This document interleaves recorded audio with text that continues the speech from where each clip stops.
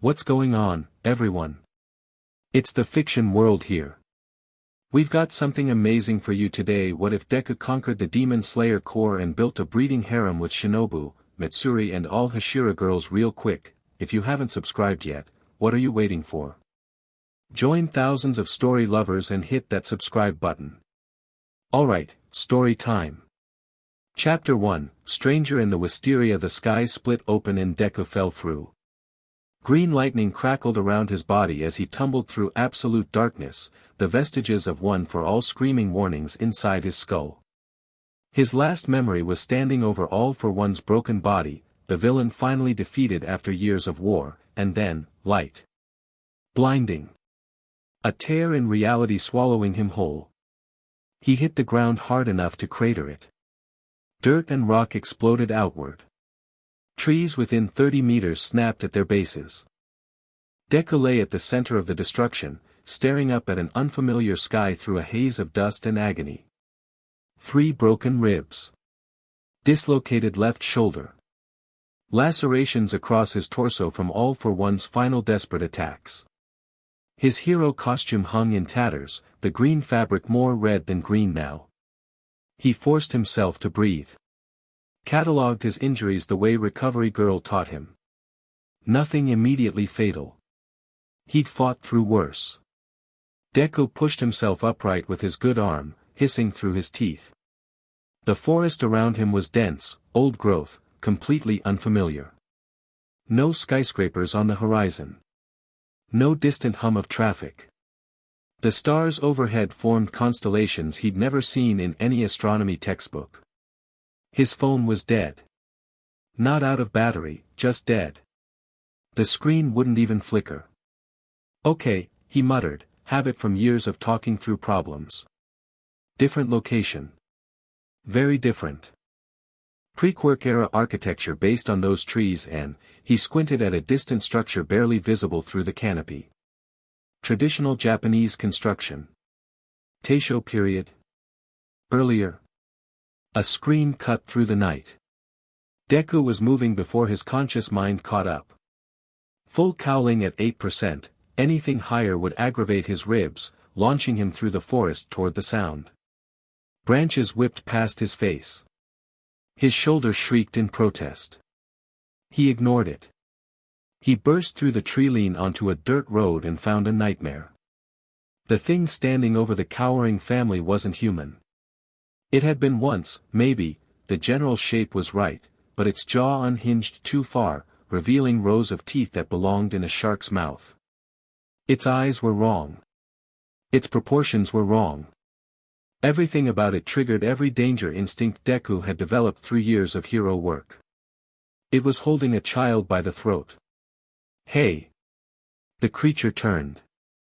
The child dangled limply in its grip, unconscious or dead, Deku couldn't tell from this distance.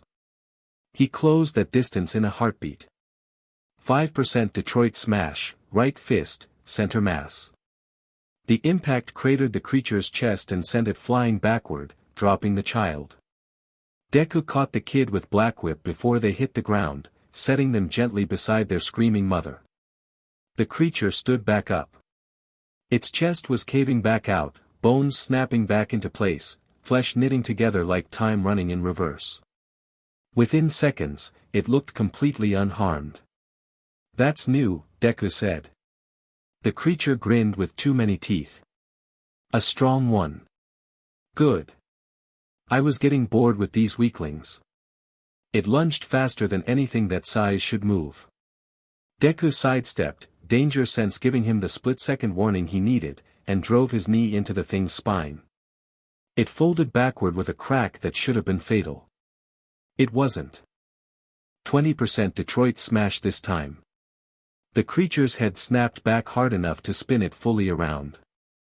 Deku felt vertebrae shatter under his fist. The head spun back into place. The creature laughed. What the hell are you? Deku demanded. Demon, it said, like that explained everything. And your dinner. It came at him again, faster now, claws extending from its fingers. Deku matched its speed, trading blows that would have killed any villain he'd ever faced. Every hit he landed regenerated within seconds. Every advantage he pressed evaporated as the demon simply healed and attacked again. His ribs were screaming. His shoulder was threatening to give out entirely.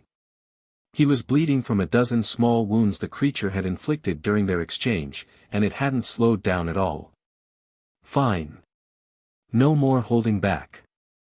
Deku planted his feet, raised his good arm, and pointed his index finger directly at the demon's face. "What are you?" the demon started. 100% Delaware smash. The air itself became a weapon. A cone of pure concussive force erupted from Deku's fingertip, and everything in its path ceased to exist. Trees vaporized. The road cratered. The demon, every cell of the demon, from its head to its feet to whatever passed for its internal organs, was obliterated simultaneously. No regeneration this time. Nothing left to regenerate. Deku lowered his hand. His finger was broken, purple and swelling, but the demon was gone. The family he'd saved was staring at him with expressions that had nothing to do with gratitude. Pure terror. They looked at him the same way they'd looked at the demon. "Wait," Deku said, reaching toward them with his good hand. "I'm not going to hurt you." "I'm a her." They ran. The father scooped up the unconscious child, the mother grabbed the other two, and they fled down the road without looking back. Deku stood alone in the crater he'd created, bleeding, exhausted, in a world he didn't recognize. He sat down heavily against a broken tree stump and pulled out his notebook on instinct.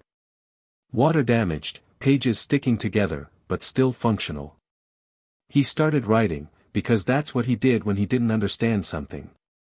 Creature self-identified as demon. Regeneration factor exceeds anything in the quirk registry, rebuilt shattered spine in under 3 seconds. No visible quirk activation trigger. Possible mutation type, but the cellular reconstruction pattern suggests external energy source rather than internal. Destroyed successfully via simultaneous elimination of all cellular matter. Implication: survival dependent on maintaining minimum viable biomass? Further testing required. He looked up at the wrong stars. Where the hell am I? The Kasugai crow saw everything. It circled the blast zone twice, committing details to its remarkable memory, then winged south toward the butterfly mansion at maximum speed. Unusual events required immediate reporting. A non-demon entity destroying a demon without a Nichiren blade definitely qualified as unusual. Shinobu Kocho received the report while applying fresh bandages to a slayer who'd nearly lost his arm to a demon the previous night. "Describe it again," she said, not looking up from her work. The crow repeated its account. Crater. Green lightning. Human-shaped figure moving faster than the crow could track. Single attack that erased the demon completely. Shinobu's hands paused. No blade. No blade, the crow confirmed. Bare hands. Strange energy. Green. She finished the bandage, gave the recovering slayer a smile that didn't reach her eyes, and stood. Kaneo. Her adopted sister materialized from the shadows near the door. Silent. Watchful. Coin already in her hand, though she hadn't flipped it yet. "We're going to investigate something. Bring Aoi and 2 of the girls for medical support. Whatever did this might be injured." Kaneo's expression didn't change. She simply nodded and disappeared to gather the others. Shinobu collected her blade and her medical kit with equal care. A non-demon entity that could destroy demons without special weapons. Either a tremendous asset or a tremendous threat. Possibly both. She was very interested in finding out which. They found him sitting in a crater, writing in a notebook. Shinobu had expected many things. A wounded warrior. A crazed berserker. Perhaps even some previously unknown demon variant that had somehow turned against its own kind. She had not expected a young man with green hair and freckles, muttering to himself while taking notes with a broken hand. Metabolic requirements unclear, but if regeneration is fueled by consumed biomass, then starvation should theoretically be possible. Need to determine if, excuse me. He looked up. His eyes were green too, she noticed. Not demon eyes, those were distinctive, unmistakable. These were human eyes, but there was something behind them. Depth. Power. And right now, profound confusion. Oh. Hi. He tried to stand, winced, and settled for a seated bow. I'm sorry about the mess. There was a demon attacking some people, and I couldn't, it just kept regenerating, so I had to. He gestured vaguely at the devastation around them. Shinobu approached carefully, her smile fixed in place. Kaneo shadowed her, hand on her blade. The butterfly mansion attendants hung back, ready to provide medical support or flee, depending on how this went. You killed a demon, Shinobu said. Not a question. I think so. It called itself a demon. I've never seen anything like it before. Do you know what? He stopped, studying her uniform, her blade, her bearing. You're not surprised by any of this. You know what that thing was? I do. Can you explain it to me? I have no idea what's going on.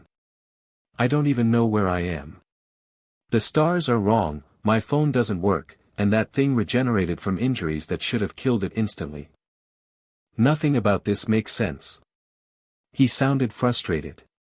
Not aggressive, not threatening, just genuinely, thoroughly frustrated, like a student who'd been handed an exam in a language he didn't speak. Shinobu's smile didn't waver, but her assessment shifted slightly. This didn't feel like a threat posturing. It felt like confusion. Where do you think you are? She asked. Japan, based on the architecture and vegetation. But the stars suggest I'm either in the wrong hemisphere or the wrong. He trailed off, something flickering across his face. The wrong time period. Or the wrong, something else. The wrong something else. He was quiet for a moment. When he spoke again, his voice was careful, like he was testing each word before releasing it. Before that demon attacked, I was fighting someone. A villain named All for One. I'd finally beaten him after years of trying, and then the sky just opened. Swallowed me. Next thing I knew, I was falling through darkness, and then I was here. He met her eyes directly. I don't think I'm in my world anymore. Shinobu's smile flickered. Just for a moment. Your world. Yeah. He laughed, but there was no humor in it. I know how that sounds. I wouldn't believe me either. He was injured. She catalogued the damage automatically, broken ribs based on his breathing pattern, dislocated shoulder from the way he held his left arm, multiple lacerations, at least one broken finger on his right hand. He'd killed a demon in this condition. Without a blade. Without breathing. What's your name? She asked. Izuku Midoriya. Most people call me Deku. Deku. She tasted the name. I am Shinobu Kocho. I'm what's called a Hashira, a pillar of the Demon Slayer Corps. We're an organization dedicated to eliminating demons like the one you killed. Something shifted in his expression. Recognition of purpose, maybe. The look of someone who'd found something familiar in an unfamiliar world. You fight demons. We do. How many are there? Many. They're created by consuming human flesh and receiving blood from the progenitor demon, Musen Kibutsuji.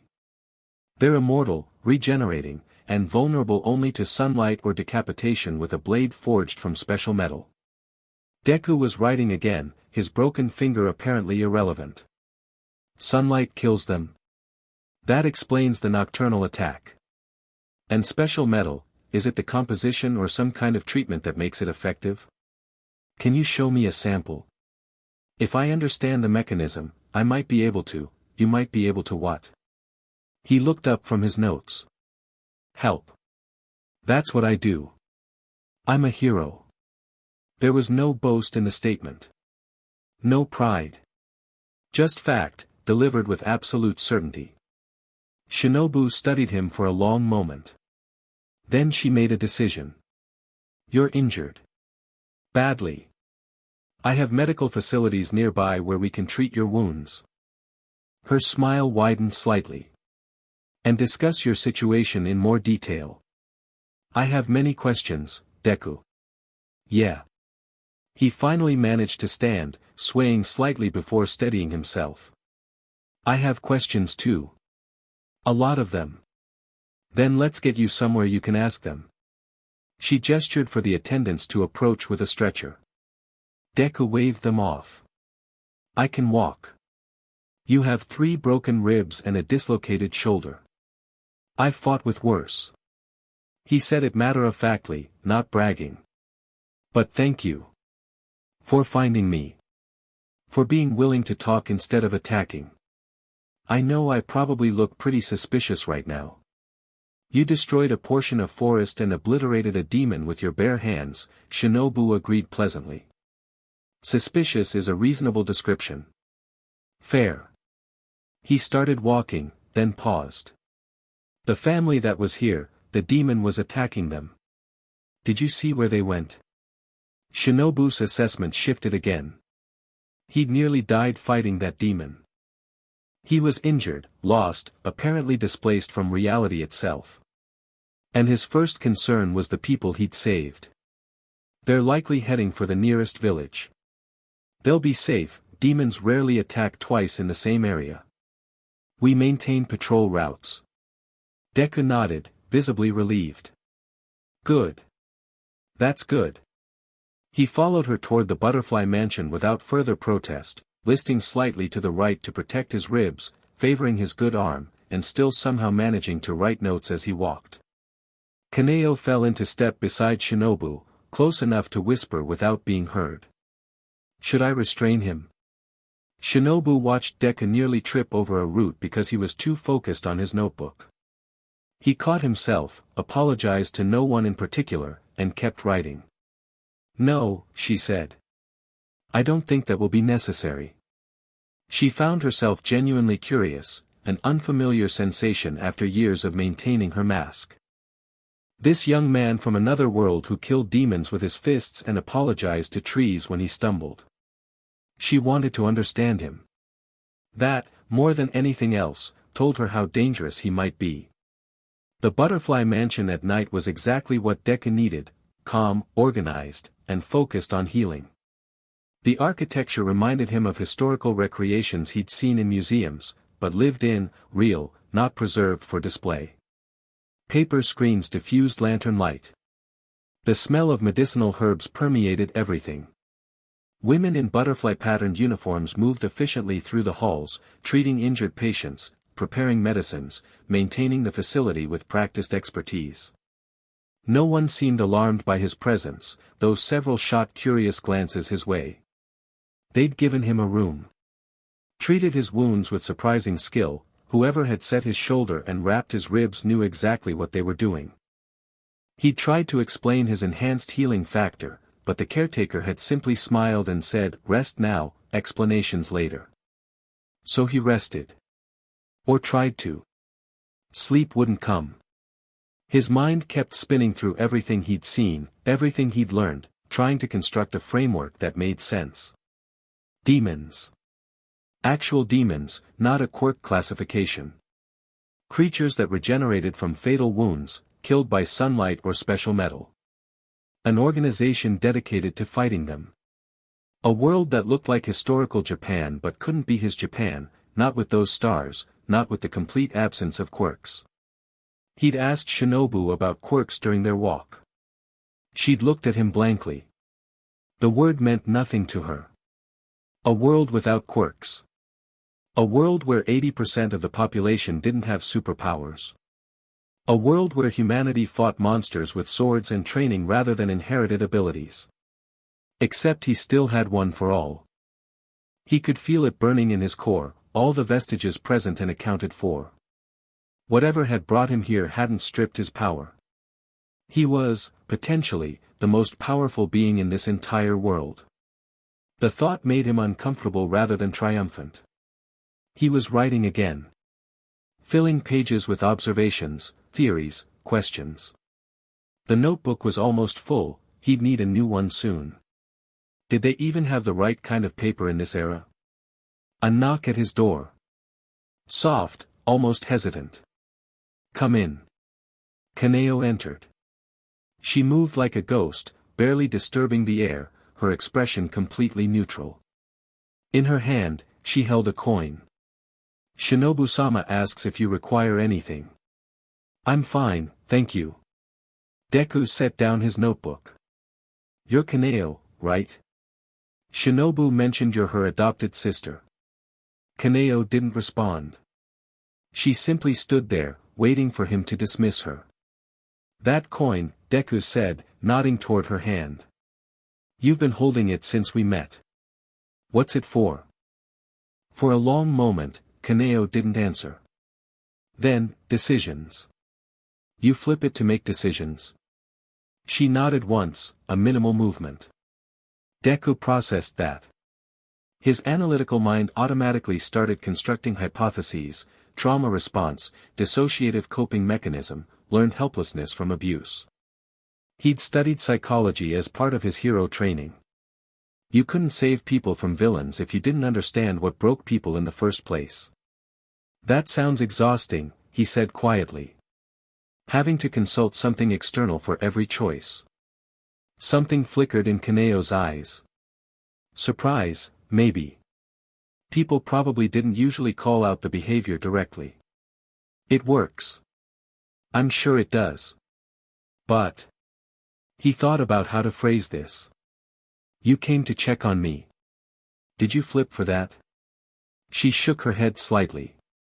Shinobu-sama ordered it. What about standing there talking to me? Did you flip for that? Pause. Then another head shake. So you chose to stay. On your own. Deku smiled, not a strategic smile, not a calculated expression, just genuine warmth. That seems like a good sign to me. Kaneo's expression didn't change. But she also didn't leave. Is there anything else you need? She asked after a silence that stretched longer than protocol probably demanded. Information, mostly. About demons, about this organization, about how things work here. But that can wait until morning. You should rest too. I don't require much sleep. Neither do I, usually. But I've learned that just because you can push through exhaustion doesn't mean you should. He gestured vaguely at his bandaged torso. I got these injuries because I pushed too hard for too long. Eventually it catches up with you. Kaneo considered this. Her thumb brushed the edge of her coin but didn't flip it. I will, consider your advice. That's all anyone can ask. She left as silently as she'd arrived. Deku watched the door slide shut and added a note to his book, Kaneo, Trauma History. Coin mechanism equals external validation replacement. Needs help but probably won't accept direct intervention. Long-term approach required. He'd spent years learning to read people. Villains, victims, fellow heroes. Everyone wore their damage differently, but the patterns were recognizable once you knew what to look for. This world had hurt Kaneo. But it hadn't broken her completely. The fact that she'd stayed to talk, that she'd considered his words instead of dismissing them, meant there was still someone in there making choices. She just needed time. And consistency. And someone who kept showing up without demanding anything in return. Deku could do that. Morning came with sunlight and medicine and more questions. Shinobu found him in the garden behind the mansion, doing one-armed exercises that would have hospitalized a normal person. He'd stripped to the waist to avoid sweating through his bandages, and she took a moment to catalog the scars covering his torso. There were a lot of them. Surgical scars, impact scars, what looked like burn marks. His arms were particularly damaged, the right one especially, with scar tissue layered over scar tissue in patterns that suggested repeated catastrophic injury. He'd been telling the truth about fighting through worse. You should be resting, she said, approaching with her smile firmly in place. I've been resting for 6 hours. Any longer and I'll go crazy. He switched to doing push-ups with just his good arm, maintaining perfect form despite his injuries.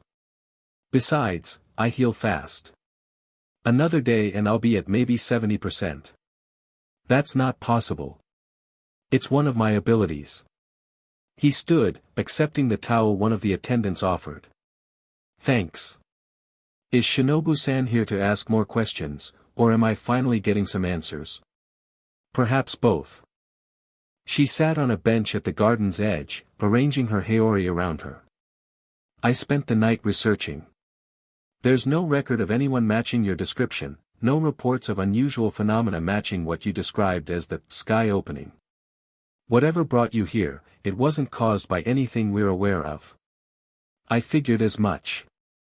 Deku sat across from her, maintaining a respectful distance. In my world, there's a villain who can manipulate space and matter. He created things called nomu, artificial humans with multiple abilities grafted together. If his power interacted with something else during our final fight. You believe another being's power accidentally transported you here? Or deliberately? I'm not sure which is worse. He met her eyes directly. But I'm here now.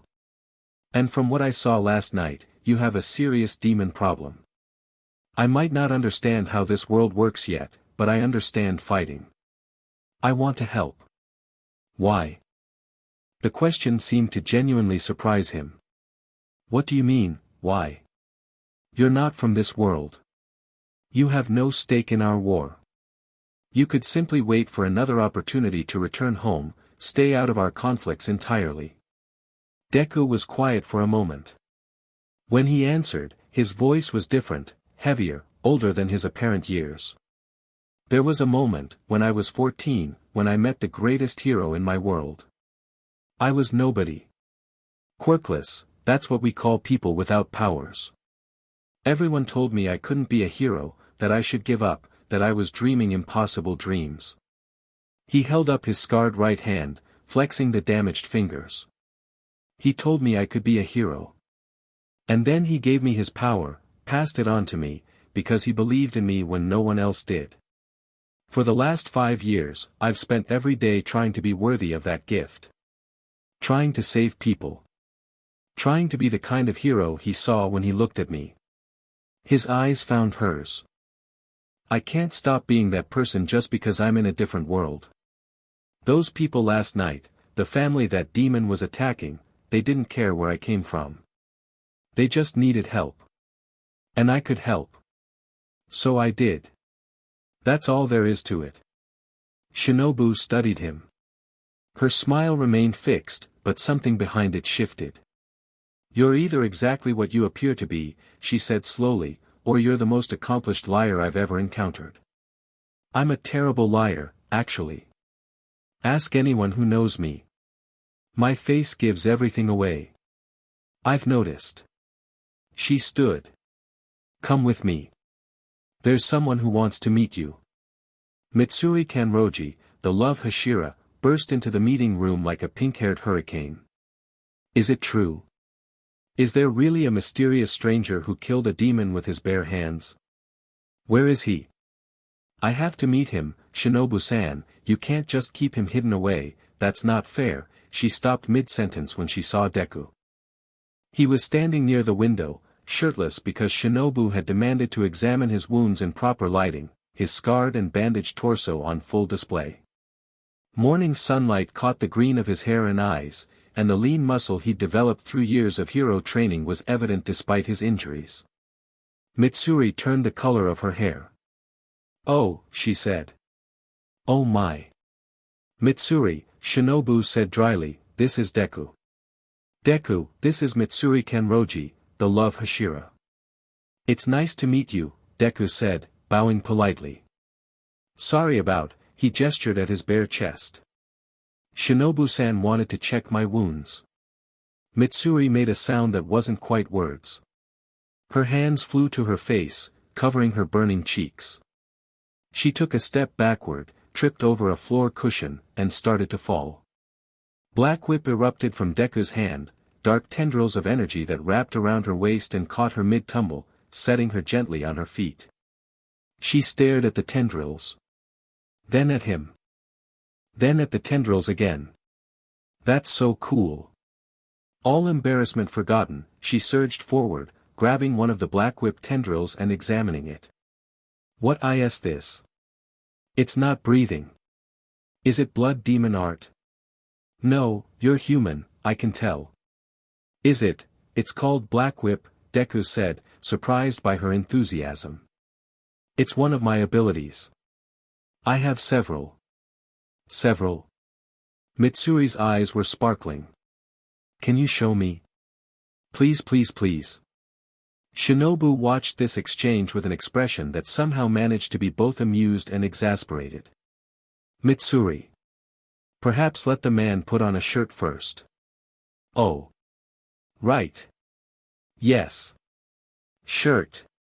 Mitsuri released the black whip tendril and stepped back, still vibrating with excitement. Sorry. I just got so excited. A mysterious stranger with mysterious powers who saved people from a demon. It's like something out of a story. Deku found himself smiling despite everything, the pain, the displacement, the crushing uncertainty of his situation. Mitsuri's energy was infectious, her enthusiasm genuine and unguarded. It's fine, he said. I don't mind questions. I have a lot of my own. Perfect. We can trade. You answer my questions and I'll answer yours and it'll be like a game, Mitsuri. Shinobu's voice carried a warning note. He's still recovering from significant injuries. Perhaps we should. I'm fine, Deku said. Really? Talking is easier than sitting alone with my thoughts. He pulled on the spare training shirt they'd provided, it was slightly too large, but close enough, and turned to face both women. What do you want to know? The next hour was equal parts interrogation and conversation. Mitsuri wanted to know about his powers, his fighting style, his training. Shinobu asked about his world, its history, its technology, its threats. Deku answered as honestly as he could, watching their faces for reactions. They believed him. He could tell from the way their questions evolved, not probing for lies anymore, but genuinely trying to understand. The concept of quirks fascinated them both, though in different ways. Shinobu was analytical, wanting to understand the mechanism. Mitsuri was romantic, imagining a world where everyone had unique special abilities. So in your world, Mitsuri said, eyes wide, anyone could have powers. Even normal people. About 80% of the population, Deku confirmed. The remaining 20% are quirkless, like me, originally. But you have powers now. One for all. It was passed to me by my mentor. He flexed his hand, green lightning briefly dancing across his knuckles. It's a quirk that can be transferred. Each user adds their own strength to it, and passes the whole thing on to the next person. I'm the 9th holder. Shinobu leaned forward. Passed how? DNA transfer. Usually through hair or blood consumption. He smiled at their expressions. I know. It's weird. My mentor made me eat a strand of his hair. Mitsuri burst out laughing. Even Shinobu's smile twitched toward genuine. So you ate your mentor's hair and gained incredible power, Shinobu summarized. And now you're stranded in a world with no quirks, fighting demons instead of villains. That's about the size of it, yeah. How do you feel about that? The question caught him off guard. His analytical mind had been so focused on gathering information, constructing frameworks, understanding this new reality, that he hadn't really stopped to process the emotional weight of his situation. He was alone. Truly alone. No All Might. No classmates. No mother. Everyone he'd ever known was in another world, probably thinking he was dead. He might never see any of them again. Honestly? Deku's voice was quieter now. Terrified. This is the scariest thing that's ever happened to me, and I've fought villains who could have ended civilizations. But... He looked at Shinobu. At Mitsuri. At the garden visible through the window, and the butterfly-uniformed attendants moving through it. There are people here who need help. There's a fight worth fighting. And I can contribute to that fight. He straightened his shoulders. So I'm going to focus on what I can do instead of what I've lost. That's all I can do. Mitsuri's eyes were suspiciously bright. That's really beautiful. It's pragmatic, Shinobu said, but her tone had softened. A crow swooped through the open window before anyone could say more. It landed on the table between them, feathers ruffled, clearly agitated. Emergency. Emergency. Upper Moon sighted. Swordsmith Village. All available Hashira deploy immediately. Shinobu and Mitsuri were on their feet instantly, all warmth draining from their faces. Upper Moon? Deku asked, standing as well. The 12 most powerful demons under Musen's command, Shinobu said rapidly, already moving toward the door. Numbered 1 through 6, upper and lower. An upper moon means, Hashira have died fighting them, Mitsuri finished. Her bubbly demeanor was gone, replaced by focused intensity. Multiple Hashira. This is bad. Really bad. Deku processed this in a heartbeat. The most powerful demons. Hashira, the strongest demon slayers, had died against them. And one had just appeared near a village full of innocent people. I'm coming with you. Shinobu stopped. Turned. You're injured. I can fight. I killed a demon last night. If these upper moons are stronger, you'll need every advantage you can get. You don't have a Nichiren blade. You can't permanently kill a demon without. I killed that demon last night without one. I just had to destroy all of it at once. Green lightning crackled around Deku's fists. Let me help. Shinobu's eyes met his. Behind the mask, behind the smile, he could see her making calculations. Risks versus benefits. Trust versus caution. Fine, she said finally. But you stay close to me until we understand what we're dealing with. And if I tell you to retreat, you retreat. Agreed? Agreed. Mitsuri was already out the door, shouting for travel preparations. Shinobu followed, and Deku fell into step behind her. Whatever waited at the swordsmith village, they'd face it together. The swordsmith village was burning when they arrived. Not metaphorically, actual flames, rising from multiple buildings, smoke staining the morning sky. Screams echoed through the narrow streets. And at the center of the destruction, Deku saw his first upper moon. Gyako was hideous. A torso emerging from a decorative pot, multiple arms, a face that seemed designed to unsettle rather than intimidate. He was surrounded by fish-like demons spawned from smaller pots scattered around him, dozens of them, attacking villagers and swordsmiths alike. Lower your heads. Mitsuri screamed, her blade already in motion. Love breathing, first form, shivers of first love.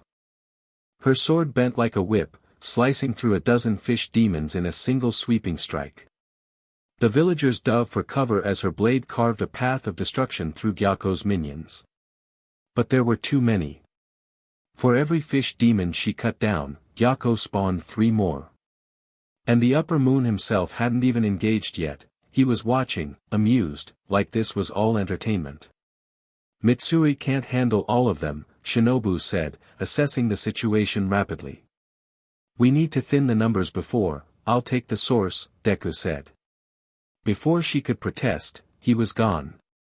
Full cowling at 30%. Green lightning erupted around his body as he launched himself directly at Gyako, moving so fast he left afterimages in his wake.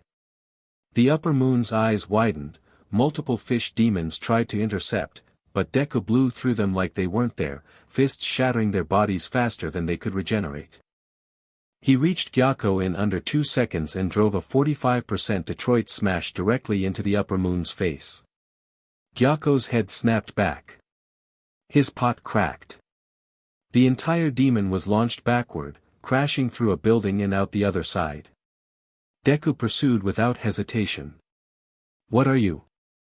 Gyako shrieked, reforming his face as Deku closed the distance again. "What kind of breathing is that?" "It's not breathing," Deku said.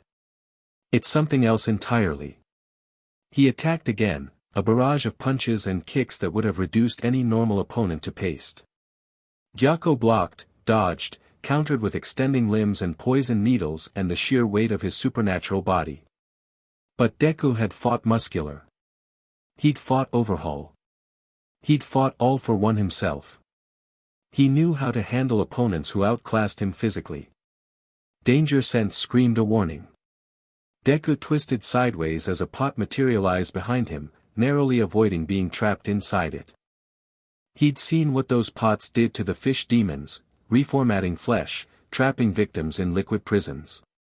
"Interesting reflexes," Gyako said, genuine curiosity in his voice. "No one's dodged that before. I have a quirk that warns me about danger." Deku circled, analyzing, planning. "Your fighting style relies on catching people off guard. But I can't be caught off guard. Then I'll simply overwhelm you." Gyako transformed. His body erupted from the pot, legs now, a complete form, scales covering muscles that hadn't existed moments before. He was faster now. Stronger. His attacks came from angles that shouldn't have been possible, limbs bending in ways that defied anatomy. Deku matched him. Black Whip extended from his hands, wrapping around debris to redirect his movement, creating additional attack vectors. Gene stored kinetic energy from each impact, building toward a devastating release. Float lifted him above Gyako's ground-based attacks, turning the fight three-dimensional. They tore through buildings. Shattered streets. Turned the swordsmith village into a warzone as two beings with impossible power clashed at speeds normal humans couldn't follow. Mitsuri finished clearing the fish demons and stared at the distant destruction with her jaw hanging open. What is he? Shinobu didn't answer. She was watching too, calculating, trying to understand what she was seeing. Deku was matching an upper moon. Not just surviving, matching. Blow for blow, speed for speed, power for power.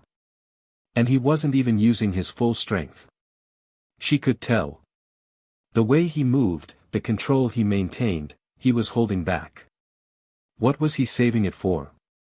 The answer came when Gyako managed to trap Deku in his water prison technique. A sphere of water materialized around Deku's body, suspending him, crushing in. Gyako laughed as he watched his victim struggle. "This is my specialty. Once trapped, no one escapes. The water pressure will crush your bones, collapse your lungs." Deku stopped struggling. Inside the water prison, his expression shifted. Not panic. Not desperation. Calculation. Float activated, suspending him in the center of the sphere, relieving the pressure on his body. He'd bought himself time, not much, but enough. Gene. Release. All the kinetic energy he'd stored during the fight exploded outward simultaneously. The water prison didn't just break, it detonated. Gyako was blown backward, soaked in his own technique, completely blindsided. Deku emerged from the explosion already moving. Gear shift accelerated his movements to a level he rarely used, the world slowing around him, time itself seemingly bending to his will. He reached Gyako before the upper moon could recover. "I don't have a Nichiren blade," Deku said, his voice cold and focused. "But I've figured out how you work. You regenerate from any cell that survives.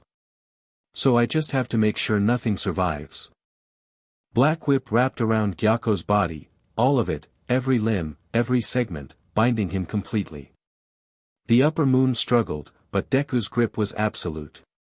"Wait, what are you, 100% Delaware smash?" Point blank. Aimed directly at Gyako's head. The attack didn't just decapitate the upper moon. It vaporized everything above the shoulders, and the pressure wave destroyed every cell in a 5-meter radius. Gyako's body, suddenly lacking the biological command center it needed to regenerate, began to dissolve. Impossible. The remains whispered. What are? And then there was nothing left. Deku lowered his hand. His finger was broken again, the same one he'd broken last night. It hurt. He didn't care. He'd won. The aftermath was chaos. Swordsmith stared at the devastation. Mitsuri was screaming something about impossibility. Shinobu stood frozen, her perpetual smile replaced by an expression Deku couldn't read. A young man with mismatched eyes approached, Michiro Takedo, the missed Hashira, who'd arrived separately and helped evacuate civilians during the fight. He'd seen the end of the battle. Seen what Deku did. What are you? Michiro asked flatly. Deku flexed his broken finger, wincing. Just someone who wants to help. That's not an answer. It's the only one I have. Mitsuri reached them, practically vibrating with conflicting emotions, awe, confusion, something that might have been attraction. You killed an upper moon. With your hands. Do you know what that means? That there's one less demon terrorizing people. That's, yes, but, she seemed to struggle for words. Upper moons don't die. Not easily. Hashira have spent their entire lives preparing to fight them and still lose. Then I guess I have different preparation. Deku looked around at the damaged village. Are there survivors who need help? Medical treatment? I might have broken some buildings during the fight. You're worried about buildings. People might have been in them. Shinobu finally spoke. No casualties. We evacuated the civilians before you engaged, and your fight drew the demon away from populated areas. A pause. That was intentional. Of course it was. I've been doing this for years. You minimize collateral damage by controlling the battlefield, forcing the enemy to fight where you want them to fight. Deku met her eyes. I'm not reckless, Shinobu-san. I just look reckless because I don't have time to explain my decisions before I make them. Something shifted in her expression. The mask cracked, just slightly, revealing something underneath. Respect, maybe. Or curiosity. Or both.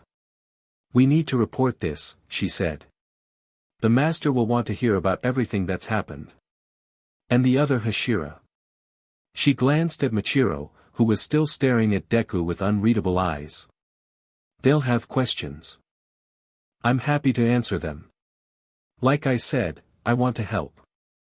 Mitsuri grabbed his arm, apparently no longer capable of containing her emotions. You're incredible. That was the most amazing thing I've ever seen. The way you moved, and the lightning, and that final attack, thanks, I think. My arm is kind of, your arm. Oh no, I hurt your arm. I'm so sorry, it's fine, it was already broken, already broken. Shinobu watched this exchange with an expression approaching exasperation. But Deku caught the slight curve of her lips, not her usual smile, something smaller and more genuine. He'd done something right. He didn't know what, exactly, but somewhere in the process of killing an upper moon and protecting a village and being himself, he'd earned something. A chance, maybe. To prove he belonged here. To prove he could contribute. It was a start. News traveled fast. By nightfall, every Hashira knew what had happened at the swordsmith village. By midnight, the debates had already started. Who was this stranger? What were his abilities? Could he be trusted? Should he be trusted? Kagaya Ubuyashiki, the master of the Demon Slayer Corps, summoned Deku for a meeting the following morning.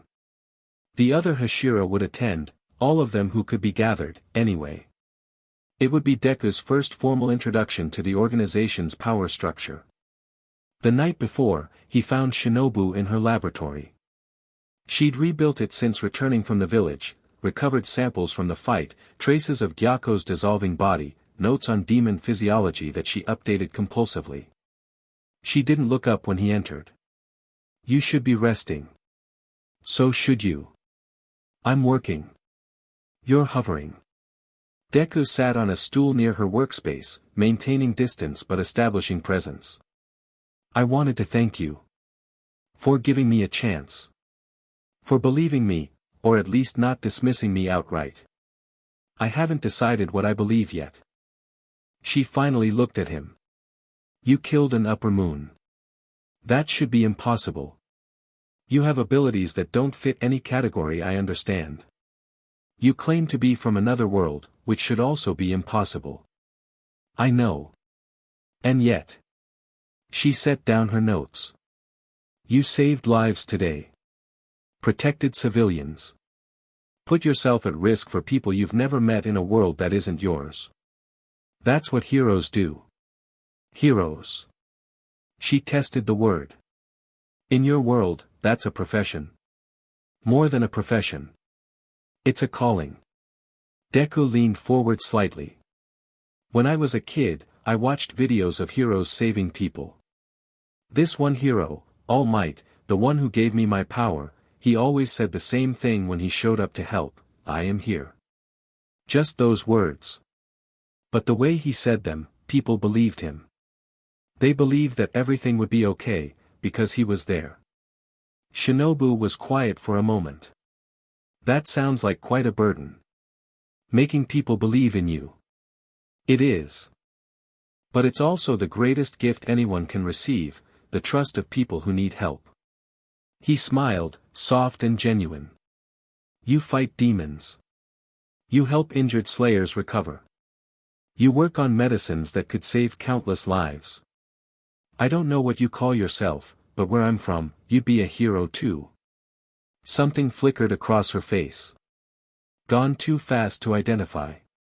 I'm not a hero, she said. I'm an exterminator. I kill demons because one killed my sister, and I won't stop until Muzan Kibutsuji dies for what his kind took from me. Grief doesn't disqualify you from heroism. Deku held her gaze. Some of the greatest heroes I know started from places of pain. What matters is what you do with it. And you do a lot. Shinobu stared at him. Her mask was gone, not deliberately lowered, but simply absent. She looked tired. Sad.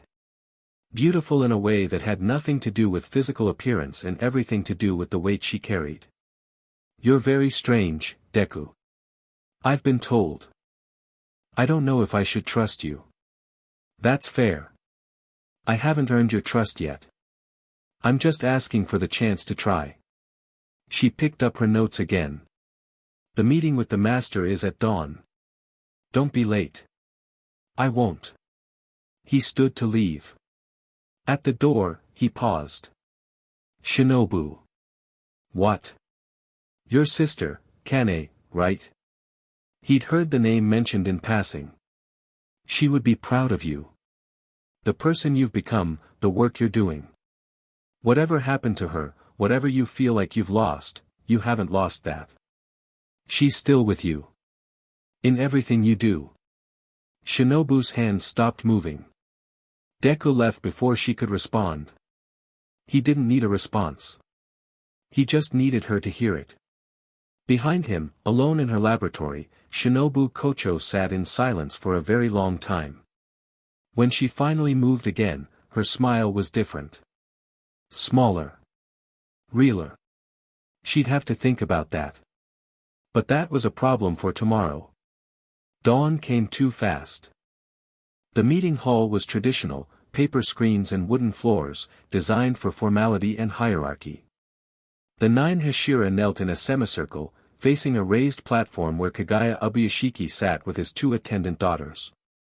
Deku stood before them all, acutely aware of being judged. He'd met some of them before. Shinobu, obviously. Mitsuri, who kept shooting him encouraging looks. Muchiro, still expressionless. But the others were new. Gyomii Himejima, the stone Hashira. Massive, blind, tears streaming constantly down his face.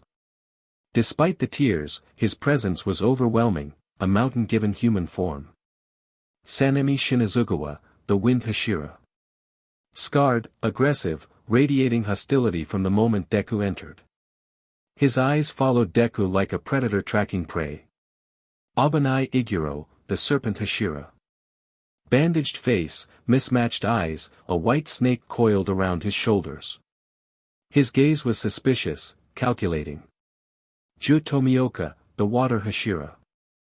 Silent, remote, seemingly disconnected from the proceedings entirely. But his eyes were sharp, missing nothing. Tengen Yuzui, the Sound Hashira. Flamboyant, jeweled, muscular enough to make pro wrestlers jealous. He regarded Deku with open curiosity rather than suspicion, a welcome change. Kaijuro Rengoku, the Flame Hashira. Bright-eyed, enthusiastic, seemingly made of pure energy. He'd smiled at Deku when they entered, a genuine smile, and it had almost thrown Deku off balance. Thank you all for gathering. Kagaya's voice was gentle but carried authority. He looked ill, Deku could see the pallor in his skin, the tremor in his hands, but his presence was undeniable. I know some of you traveled far on short notice. The circumstances demanded it. What circumstances? Sanemi growled. You mean the outsider who wandered into our war uninvited? I mean the man who killed Upper Moon 5 with his bare hands. Kagaya's response was calm, unfazed by Sanemi's aggression. That alone warrants attention, wouldn't you say? Sanemi's jaw tightened but he didn't argue. Deku. Kagaya turned to him. That is what you call yourself, yes. Yes, master. Though my full name is Izuku Midoriya. Tell us your story. All of it. Leave nothing out. So Deku told them. Everything, all for one for all, quirks, heroes, the war that consumed his world, the final battle that somehow sent him here. He explained his abilities as best he could, demonstrated Black Whip and Float when asked, answered questions honestly even when the answers made him sound insane. The Hashira listened. Some with skepticism, some with interest, some with hostility that never wavered. Sanemi interrupted frequently, challenging details, demanding proof. Abanai watched him like a snake waiting to strike. But others, Rengoku, Mitsuri, surprisingly Gyomii, seemed to take his words at face value. When he finished, silence hung over the room. Kagaya broke it. You claim to come from another world. You have abilities that don't match any breathing style or blood demon art. You killed an Upper Moon without a Nichiren blade. And you say you want to help us. Yes. Why? It was the same question Shinobu had asked. Deku gave the same answer. Because helping people is what I do. It's who I am. Your world has a problem I can help solve. I don't need to be from here to see that innocent people are dying. I don't need to understand everything about your war to know which side I want to fight on. Pretty words, Sanemi spat. But we only have your word that any of this is true. For all we know, you're some new kind of demon, or a spy for Muzan, or, he's not a demon. Gyomei's deep voice cut through Sanemi's tirade. I can hear his heartbeat. I can hear his breathing. Both are human.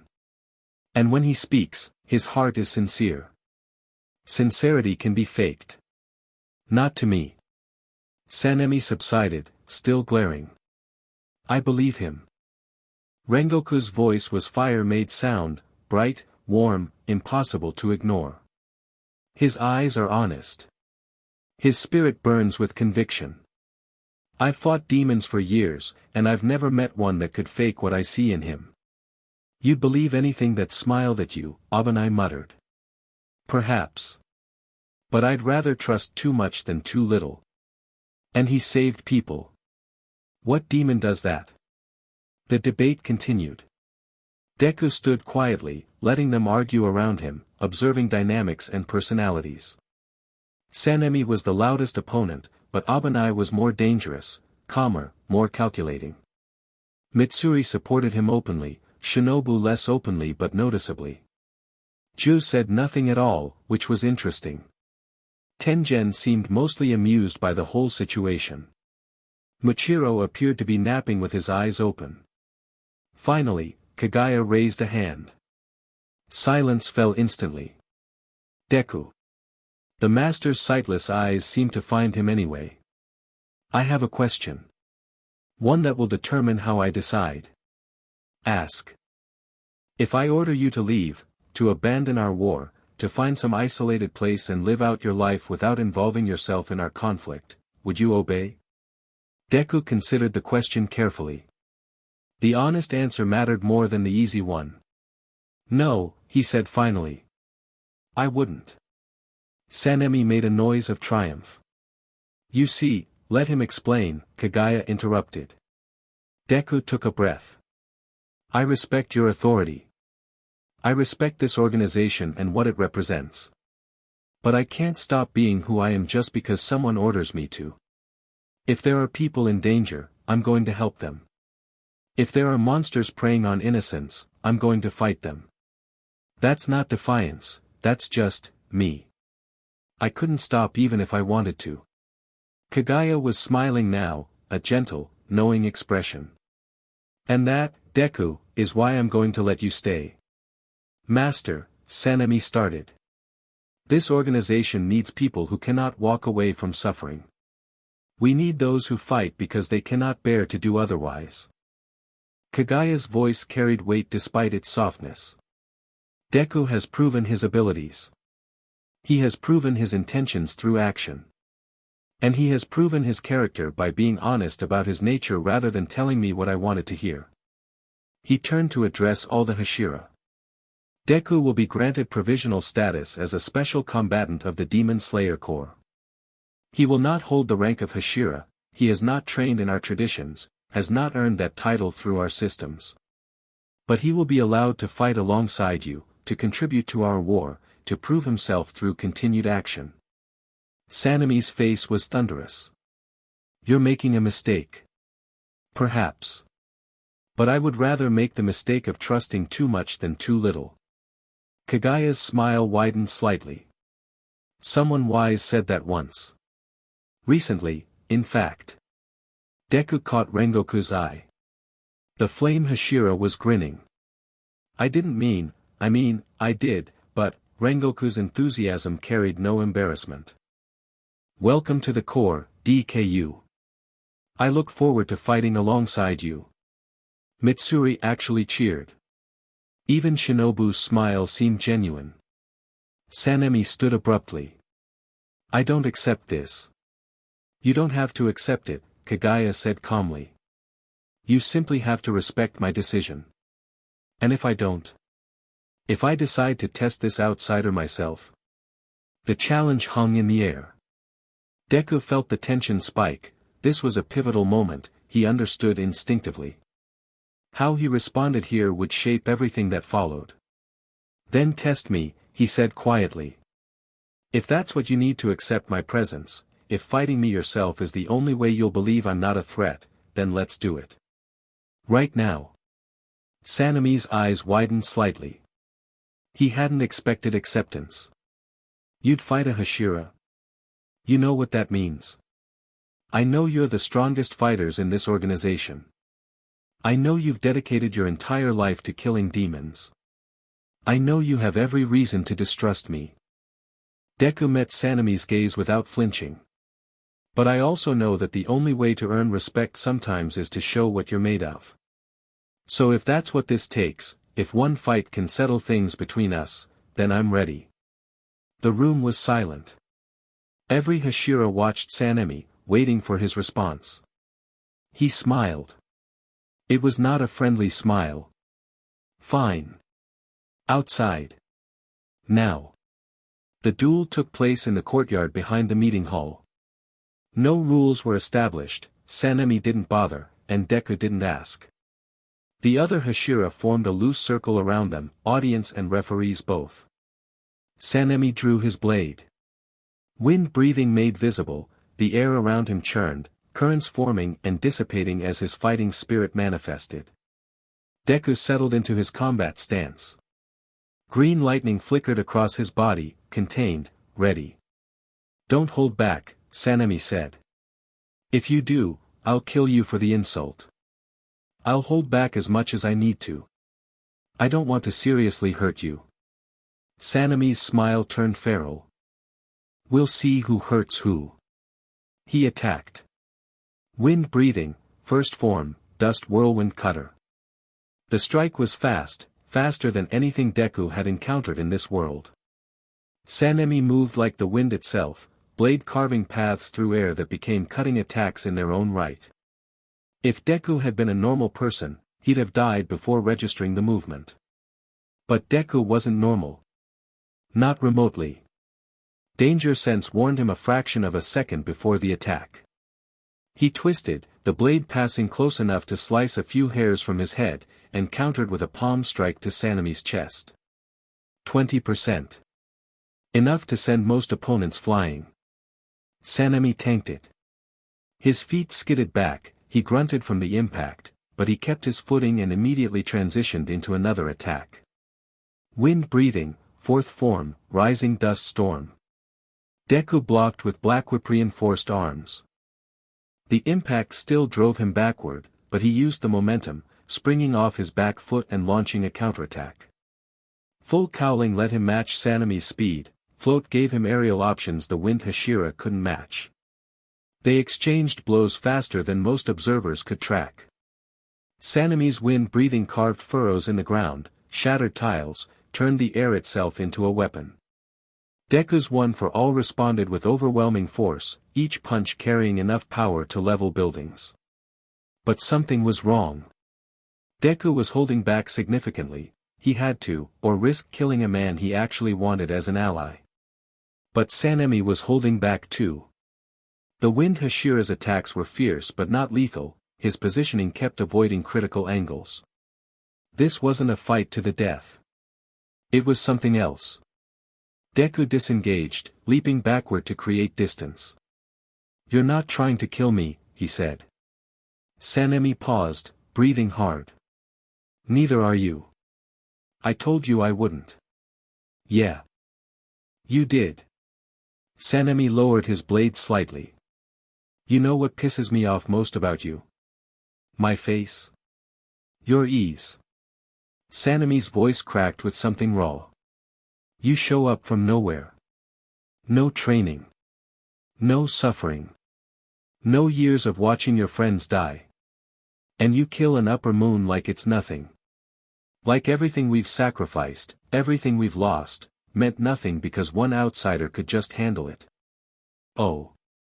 Deku understood suddenly. This wasn't about trust or threat assessment. This was about grief. About a man who'd given everything to this war, and suddenly feeling like that sacrifice might not have been necessary. "I know exactly how that feels," Deku said quietly. "Bullshit. You don't know anything about, when I was 14, I was quirkless. Powerless. I couldn't help anyone. I watched my childhood friend, someone I grew up with, get attacked by a villain made of sludge. He was dying. Suffocating. And I couldn't do anything except watch." Sanemi's aggression faltered. And then All Might showed up. The greatest hero in the world. And he saved him with one punch. Just, one punch. Years of training, years of struggle, and Kaken was saved by someone else entirely. Someone who made it look easy. Deku met Sanemi's eyes. "That's when I learned that it's not about who does the saving. It's about the saving getting done. Your sacrifices weren't pointless because I killed Gyako. They kept people alive long enough for me to show up. Every demon you've killed, every life you've saved, that mattered. That matters. And nothing I do can take that away from you." Silence. Sanemi's blade trembled in his grip. "You don't get to stand there and act like you understand me. I'm not acting. I spent my whole life feeling inadequate. Feeling like everyone else was special and I was nothing. Even after I got one for all, even after I became powerful, that feeling never really went away. I fight so hard because I'm terrified of going back to being helpless. I push past my limits because I remember what it was like to have no limits to push. He stepped forward. Sanemi tensed but didn't attack. You fought alone for too long. You've carried weight that nobody should have to carry. And you're scared, terrified, that letting someone help means admitting you couldn't handle it yourself. Shut up. But accepting help isn't weakness. It's strategy. It's the difference between winning the war and just surviving the next battle. Deku held out his hand. I'm not here to replace you. I'm not here to diminish what you've done. I'm here to stand beside you. To fight with you. To make sure that when this war ends, you're still alive to see it. Sanemi stared at the extended hand. For a long, terrible moment, Deku thought he'd misjudged completely.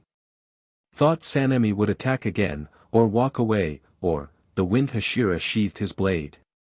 I don't accept you, he said flatly. Okay. I don't trust you. That's fair. And I think you're an arrogant outsider who's going to get people killed. I'll prove you wrong. Sanemi turned away. Started walking toward the courtyard exit. Then paused. Don't die before I figure out what to make of you. It would be annoying. And he was gone. Deku lowered his hand. His ribs were screaming, the fight had aggravated his injuries significantly. But somehow, he was smiling. Mitsuri rushed to his side immediately. That was incredible. Are you okay? That was really intense. The way you talked to him at the end, I'm fine. Mostly. He winced as she grabbed his arm a little too enthusiastically. Maybe don't squeeze quite so, sorry. Sorry. Shinobu approached more sedately. Her smile was fixed in place, but her eyes were thoughtful. That was risky. Sanemi doesn't respond well to emotional appeals. It wasn't an appeal. It was honesty. Deku grinned despite the pain. I've learned that the fastest way to earn someone's trust is to show them you understand their pain. Sanemi's carrying a lot of it. He needs time to process that someone else can see it. You read him that quickly? I've been reading people since I was 4 years old. It's how I survived being powerless in a world of superpowers. Shinobu considered this. You're more dangerous than you look. Thanks. I think. It wasn't a compliment. But her smile softened slightly. Come. Let me treat those ribs before Mitsuri breaks them again. Hey. I was being gentle. They made their way back toward the butterfly mansion, Shinobu leading, Mitsuri hovering protectively, Deku limping slightly but steady. The other Hashira dispersed, heading to their own duties, but several shot looks at Deku's back as he left. Rengoku's look was approving. Ju's was unreadable but focused. Even Abanai seemed slightly less hostile. He hadn't won them over. Not yet. But he'd opened doors that had been firmly shut. It was progress. Night fell. The butterfly mansion settled into quiet routine, injured slayers sleeping, attendants preparing morning medicines, the eternal work of healing proceeding in its gentle rhythm. Deku sat on the Engawa, looking up at unfamiliar stars. He was alone. His mother was in another universe, probably grief-stricken, probably surrounded by his friends who were also grieving. All Might was there too, or what remained of him, the retired hero who'd given everything for peace. Everyone Deku had ever known, ever loved, ever fought beside. Gone. He'd chosen to stay in the crater instead of running. He'd chosen to fight the demon. He'd chosen to accept Shinobu's invitation, to face the Hashira, to challenge Sanemi. Every choice had led him deeper into this world. Further from the life he'd known. There was no going back. He understood that now. Whatever power had brought him here, it wasn't waiting to take him home. This was his reality now, demons and breathing styles and an organization of warriors fighting a war they were slowly losing. Unless he changed things. He could. He had the power. One for All made him potentially the strongest being in this world, stronger than any Hashira, stronger possibly than Muzan himself. He could end the war. Save everyone. Build something new from the ashes. But he couldn't do it alone. And he couldn't do it as an outsider. He had to become part of this world. Really, truly part of it. Not just an ally, but a pillar, someone people trusted, relied on, followed. Footsteps behind him. Light, precise, familiar already. You should be sleeping, Shinobu said. So should you. Again. She sat beside him. Closer this time than before. Close enough that he could feel the warmth of her body through his borrowed clothes. I've been thinking about what you said earlier. About Kane. Deku didn't respond. He'd learned when to be silent and let people find their own words. She would have liked you. She was. Shinobu's voice caught. She was gentle. Kind. She believed in mercy even for demons. She spent her life trying to save people and understand monsters. You're carrying on her work. No. I'm doing the opposite. The mask slipped again, Shinobu's smile fading into something bleaker. I pretend to be like her. The smile, the grace, the calm demeanor. But underneath, I'm just angry. All the time. I want to make demons suffer. I want to poison them slowly, let them feel the pain they've inflicted on others. There's no mercy in me. Not anymore. Deku turned to look at her. Really look, past the beauty and the composure to the person underneath. You think those things can't coexist? The kindness she taught you and the rage you feel now? They're opposites. Are they? He shifted slightly to face her more directly. In my world, there's a hero, was a hero, named Endeavor. The number 2 hero for decades, always chasing someone he could never catch. He was driven by ambition, jealousy, pride. He did terrible things to his family in pursuit of his goal. Shinobu watched him silently. But he was also the most effective hero at actually saving lives. His flames burned villains to ash. His determination pushed him into battles others would flee. The same rage that made him a bad person made him a great hero. Deku smiled slightly. You can be angry and still be kind. You can want revenge and still save innocence. People aren't simple. Emotions aren't simple. Your sister would understand that. You never met her. No. But I've met you. And you carry her inside you. I can see it in the way you treat your patients, the way you've protected Kaneo, the way you're talking to me right now instead of leaving me to freeze out here. Shinobu laughed despite herself. It was a small sound, broken and beautiful.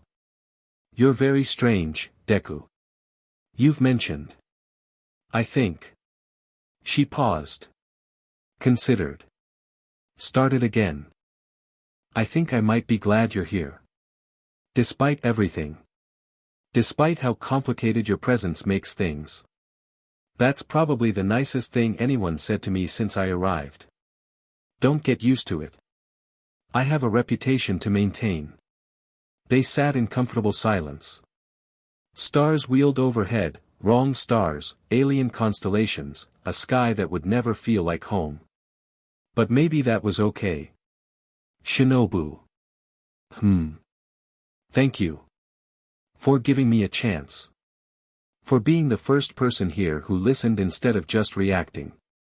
She didn't respond verbally. But she shifted slightly closer, until their shoulders were almost touching. It was enough. From her window above, Mitsuri watched them with her hands pressed to her burning cheeks. She should feel jealous. She should feel competitive. Instead, she felt something warmer. More complex. A sense that whatever was forming between Deku and Shinobu wasn't a threat to her own feelings, but somehow, adjacent. Complementary. She didn't understand it fully. But she wanted to. At the end of the hall, coin still in her pocket, Kaneo Tsuyuri observed everything with eyes that saw more than they revealed. The man who'd spoken kindly to her. The man who'd saved a village. The man who'd stood before the most powerful fighters in the organization and offered himself openly. She should flip her coin. Decide whether to trust or distrust. The old patterns demanded it. But somehow, she didn't want to flip it. She wanted to wait. To watch. To see what happened next. The coin stayed in her pocket. And in the darkness beyond the butterfly mansion, unseen by any of them, a crow with unusual markings spread its wings and flew south. Muzan Kibutsuji would want to know about the green lightning stranger who had killed one of his upper moons. He would want to know very much indeed. Chapter 2, The Weight of the Pillar. Deku woke to the sound of screaming. Not the panicked screaming of civilians, he'd learned to distinguish that in his first week at UA. This was training screaming. Someone pushing their body past its limits, turning pain into sound, using the vocalization to squeeze out one more rep, one more strike, one more second of endurance. He found the source in the training yard behind the butterfly mansion. Mitsuri Kanroji, love Hashira, was destroying practice dummies at a rate that would have bankrupted any hero agency's equipment budget. Her whip blade moved in patterns that hurt to watch, not because they were ugly, but because they were so fast and fluid that the human eye struggled to track them. Love breathing turned her body into something beyond human. Each strike shredded reinforced wood and straw like paper. She wasn't practicing forms. She was working through something. You're dropping your left elbow on the third rotation, Deku said from the edge of the yard. Mitsuri yelped, spun, and nearly took his head off with a reflexive strike. Deku tilted his chin back just enough for the blade to pass within centimeters of his throat. DKU. Don't sneak up on someone who's holding a sword. Sorry. Force of habit, my teacher used to throw things at me to test my awareness. He rubbed the back of his neck. But seriously, the left elbow. You're compensating for the weight distribution of your blade by shifting my center of gravity left. I know. Mitsuri sheathed her sword, breathing hard. Sweat ran down her neck, soaking the collar of her training clothes. It's a flaw in my style. The blade's flexibility makes it impossible to maintain perfect form through the full rotation. Have you tried adjusting the grip angle instead of shifting your weight? She blinked. What? Deku stepped into the yard, picking up one of the intact practice swords. In my world, there's a hero called Kamui Woods who fights with extending tendrils, similar concept to your whip blade, except made of wood. His early fights had the same issue, overcompensation on lateral strikes. He fixed it by changing how he held his base weapon rather than adjusting his body position. He demonstrated with the practice sword, mimicking the grip adjustment he'd seen in countless analysis videos. If you rotate your wrist about 15 degrees inward at the start of the third form, the blade's arc should naturally correct without requiring the weight shift. Mitsuri stared at his hands. Then she drew her blade again. Love breathing, third form, cat love shower. The strike sequence was identical to before, except this time, she implemented Deku's suggestion. The difference was immediate. Her left elbow stayed tucked, her weight stayed centered, and the blade's arc tightened by several centimeters. Oh my God, she whispered. How did you see that? I analyze fighting styles. It's what I've always done. Deku set down the practice sword. Even before I had any power, I could watch someone fight and find the patterns.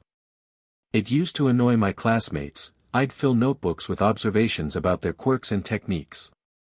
That's not annoying, that's brilliant.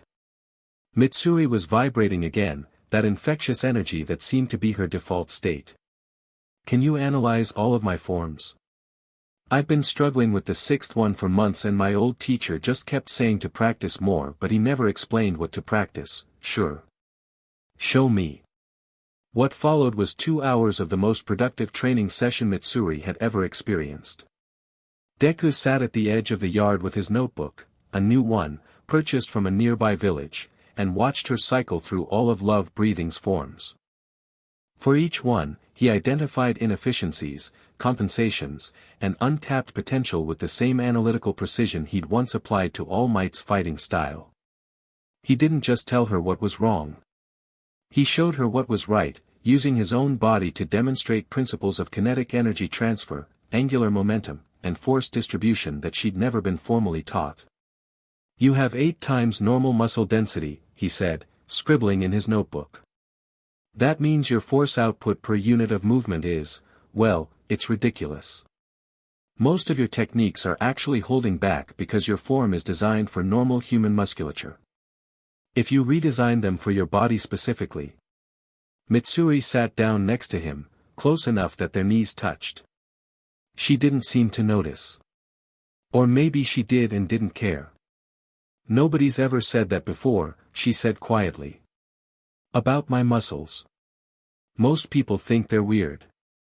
Gross, even. I used to eat so much to maintain them that people stared at me. Weird? Your muscle composition is one of the most remarkable physical adaptations I've ever encountered. In my world, people would study you, not because you're strange, but because you represent human potential that most people can't even conceptualize. She turned pink. Then red. Then a shade that probably didn't have a name. You really mean that? Why would I lie about biomechanics? She laughed, bright and sudden. That's the most romantic thing anyone's ever said to me and you were talking about muscles. Deku's brain caught up to the implication about half a second too late. I wasn't, I was being analytical, not, you think my body is remarkable. Mitsuri leaned closer. Her eyes were bright, playful, but underneath the play there was something serious. Something hungry. Go on. Deku's face went nuclear. Your muscle density, optimal force vectors, Deku. Yes. You're cute when you're flustered. He was saved from responding by the arrival of Shinobu, who appeared at the yard's entrance carrying a tray of medical supplies and wearing an expression that suggested she'd heard at least part of the conversation. Am I interrupting? Yes, Mitsuri said. No, Deku said simultaneously. Shinobu's smile sharpened by approximately 1 degree. Deku, I need to change your bandages. Your ribs won't heal if you keep doing. She looked at the destroyed practice dummies. Whatever this was. Training analysis, Deku said quickly, standing up and very deliberately not looking at Mitsuri. I was helping Mitsuri with her forms. How generous. Shinobu turned and walked back inside. Come along. And Mitsuri? Yes. Close your mouth. You'll attract flies. Mitsuri's jaw snapped shut. She watched Deku follow Shinobu inside, then fell backward onto the grass with a sound that was half-groan, half-dreamy sigh. I'm in so much trouble, she whispered to the sky. Shinobu's medical examinations had become something else entirely. They'd started as genuine checkups. His ribs were healing fast, faster than she could explain without accepting his enhanced healing factor as real. His shoulder was nearly back to full mobility after just 3 days. The finger he'd broken killing Gyako had healed overnight. But the checkups kept getting longer. The medical questions kept drifting into other territory. Your cellular regeneration rate is approximately 12 times normal, Shinobu said, examining blood samples through a microscope she'd built herself. But it's not consistent. It seems to accelerate in response to your emotional state. When you're calm, healing proceeds normally. When you're agitated or determined, it spikes dramatically. One for all responds to willpower, Deku confirmed, sitting shirtless on the examination table.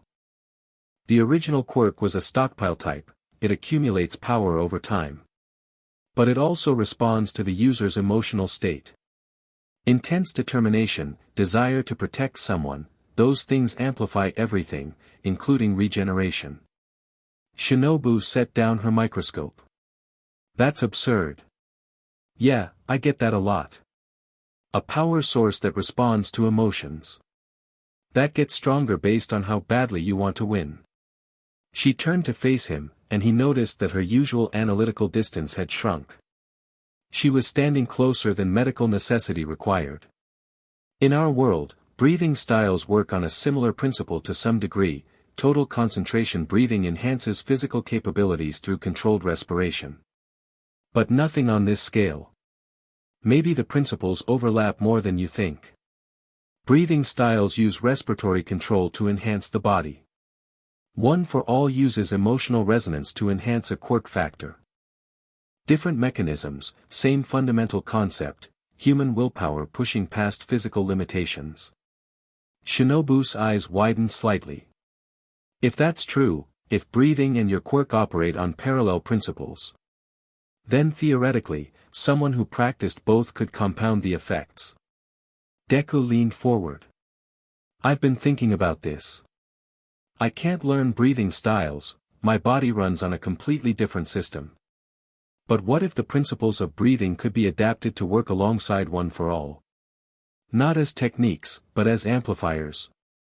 You want to combine two fundamentally different power systems.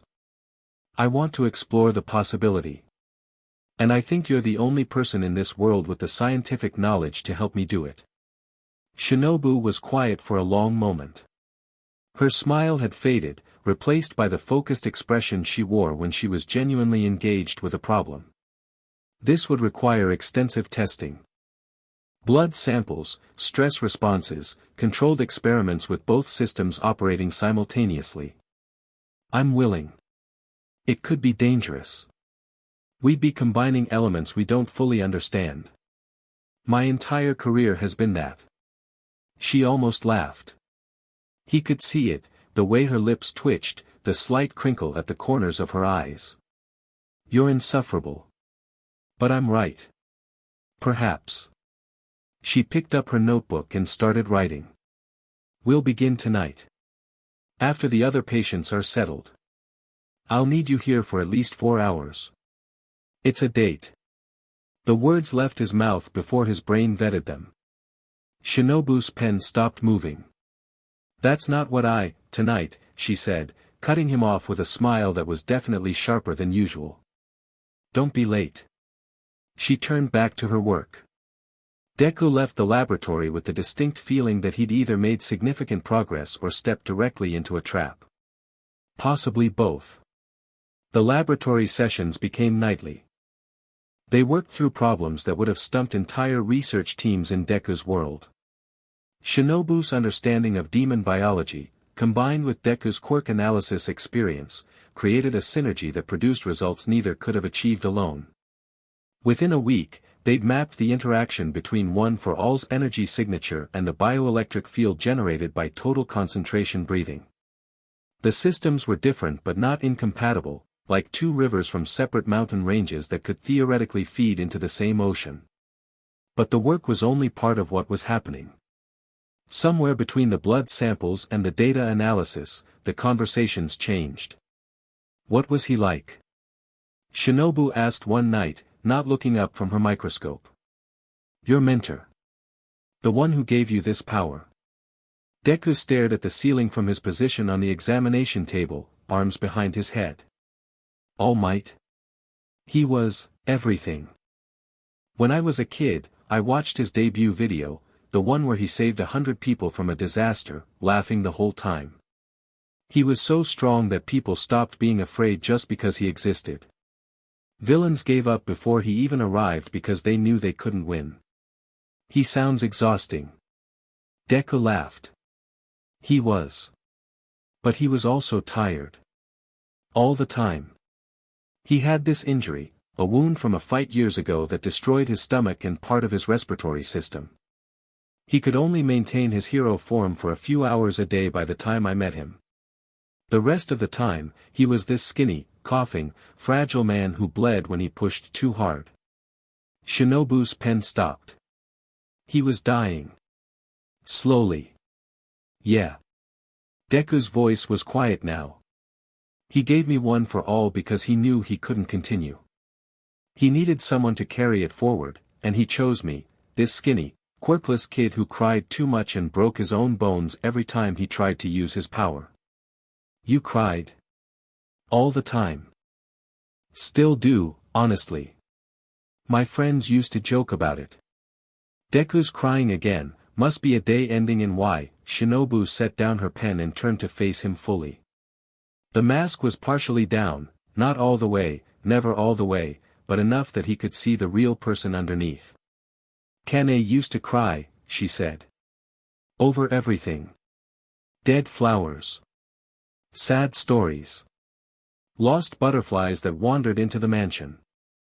I'd tease her about it, and she'd just smile and say, tears water the soul, Shinobu. Without them, nothing grows. She sounds wonderful. She was. Shinobu's voice didn't break this time, but it bent. And then Doma killed her, and I stopped crying entirely. I decided tears were useless, they didn't bring her back, they didn't make me stronger, they didn't kill a single demon. But nothing. I stopped crying. I started smiling instead. The smile stays up no matter what. Even when, she caught herself. Redirected. Even when the work gets frustrating. Deku sat up. He moved slowly, giving her time to step back if she wanted to. She didn't. Shinobu. You don't have to keep the smile up around me.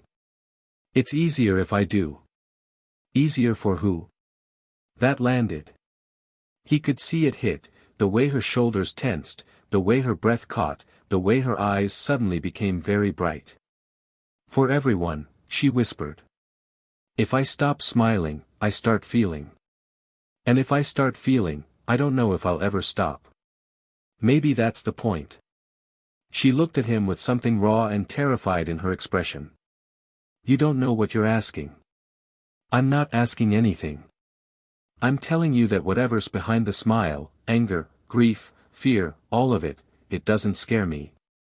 I've seen the worst of people. I've fought the worst of people. And I've learned that the most dangerous thing isn't the darkness inside someone. It's the loneliness of carrying it alone. Shinobu didn't move. Didn't speak. For a long moment, she simply stood there, and Deku watched something war behind her eyes, years of conditioning, years of masks, years of convincing herself that vulnerability was weakness. Then, very quietly, she said, she liked butterflies because they transform. She said that was proof that change is possible, that something small and ordinary can become beautiful. She was right. I'm not beautiful, Deku. Not underneath.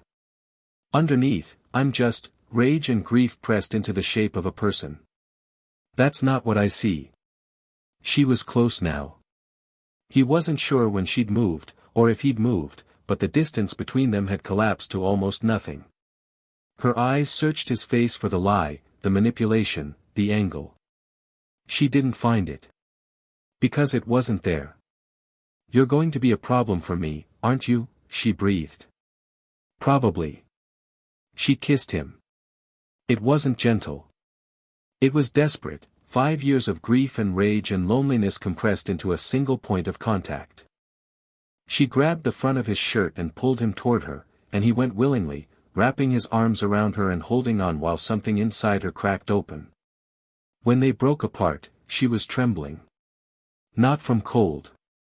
If you tell anyone, I know. Poison in my tea for a month. 2 months. But she didn't let go of his shirt. Deku. Yeah. Don't die. I'm serious. Don't you dare die in this world.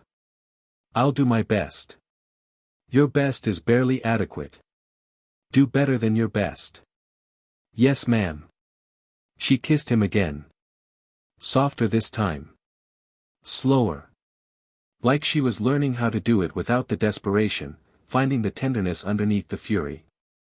When they finally separated, she smoothed her haori, fixed her hair, and replaced her smile with practiced efficiency. We have 3 more hours of testing to complete. You want to keep working? The research won't complete itself. She turned back to her microscope. But her hand found his on the table between them, and her fingers laced through his, and she didn't let go for the rest of the night. 3 days later, Deku found himself training with Mitsuri again. The dynamic had shifted since their first session. She was less flustered, more focused, but the electricity between them was stronger, not weaker. Every accidental touch lingered. Every shared glance carried weight. They were sparring when it happened. Mitsuri executed a perfect love-breathing sequence, the one Deku had helped her refine, and the sheer beauty of it made him forget to dodge. Her blade stopped half an inch from his throat, her eyes wide. I almost killed you. She yanked the blade back, horrified. What happened? Your weird danger sense thing should have warned you. It did. I just didn't move. Why? Because you were incredible. No analysis. No biomechanics. Just raw honesty, delivered with that Deku sincerity that bypassed every defense. That form was perfect, Mitsuri. Not just technically, everything. The way you move, the way your body flows through the transitions, the way your sword becomes an extension of, stop. Mitsuri's face was on fire. Stop, stop, stop. You can't just say things like that. Why not? It's true. Because when you say things like that, I want to. She cut herself off. Bit her lip. Looked away. Want to what? Mitsuri Kanroji, the love Hashira, had spent her entire life searching for someone who could match her. Not just physically, emotionally. She wanted someone who could handle her intensity, her passion, her sheer overwhelming everything. She joined the Demon Slayer Corps partly because she hoped to find that person among the strongest warriors in Japan. She'd found him. He just happened to be from another universe. I know about you and Shinobu, she said. Deku went still. How? I have eyes.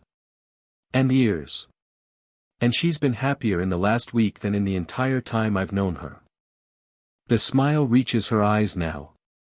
Mitsuri met his gaze directly. I'm not angry. You're not. No. I'm. She searched for the word. Hungry. Hungry. For the same thing. For someone who sees me, really sees me, and doesn't flinch. For someone who thinks my muscles are remarkable instead of freakish. For someone who watches me fight and forgets to dodge because he's too busy admiring what he sees. She stepped closer. Her breathing was uneven, her eyes bright, her entire body radiating the intensity that defined her. Is there room? She asked. For me. Deku's brain was doing something very complex and very fast. Processing emotions, calculating consequences, weighing fairness and desire and the very real fact that he was developing feelings for multiple people in a world that might not survive long enough for those feelings to matter. Mitsuri, I need to be honest with you.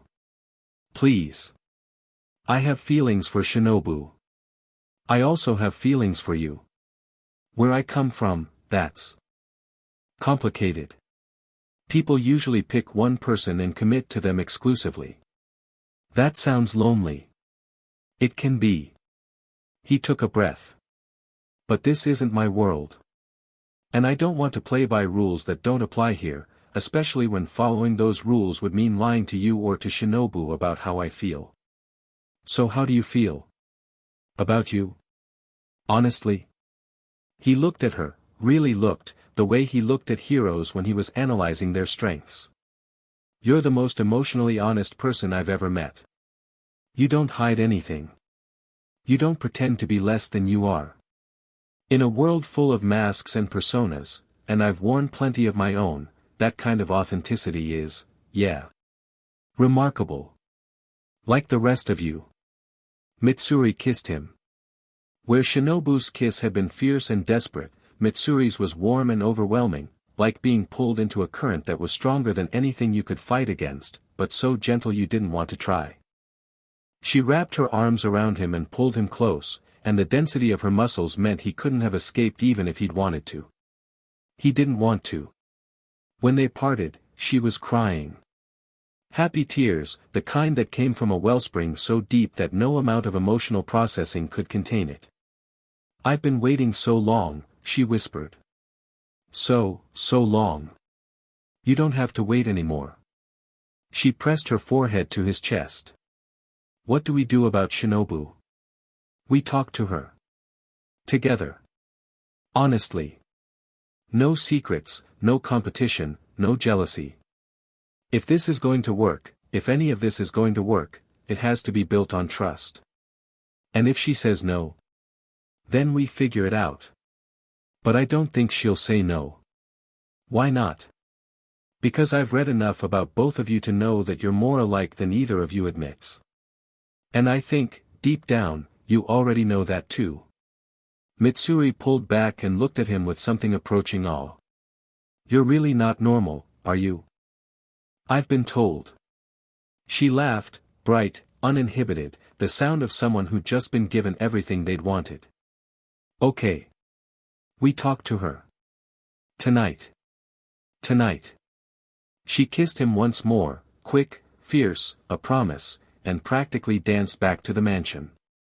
Deku watched her go, heart hammering, mind racing, completely aware that he was navigating emotional terrain more dangerous than any battlefield. But for the first time since arriving in this world, he felt like he might actually know what he was doing. Night fell. The conversation happened. Shinobu was in her laboratory when they found her, Deku and Mitsuri together, which immediately raised her guard. Her smile sharpened. "If this is an intervention, I should warn you that I have 17 varieties of poison within arm's reach." "It's not an intervention," Deku said. "It's a conversation." "About?" Mitsuri looked at Deku. Deku looked at Mitsuri. Neither wanted to go first. "Oh, Shinobu set down her vial. "You're here because Mitsuri has also decided she's in love with you, and you're both terrified that I'll react badly." Silence. "Your observational skills really are remarkable," Deku said weakly. "I'm a scientist. Observation is my profession." Shinobu folded her arms. "How long?" "How long what?" Mitsuri squeaked. "How long have you had feelings for him?" "Approximately, since I tripped and he caught me with that shadow tendril thing." "So, immediately." "Kind of." Shinobu turned to Deku. "And you? How long have you had feelings for both of us?" Deku considered lying. Then discarded the thought immediately, because Shinobu would know, she always knew, and because lying would destroy everything they'd built. "Since the night you fell asleep in your lab and I stayed up working on your research. That's when I realized what I felt for you was more than gratitude or respect. And for Mitsuri." He glanced at the love Hashira, who was gripping her own hand so tightly her knuckles were white. "Since she fixed her third form rotation and I saw what she was really capable of. That moment when she moved perfectly and the whole yard seemed to light up." Shinobu's expression was unreadable. The smile was gone, not hidden, just absent, which was more alarming than any amount of sharpness. "In my world," Deku continued, "this would be the part where someone gets hurt. Where jealousy destroys friendships and relationships become competitions. I don't want that. Either of you. What do you want?" Shinobu asked. "Both of you.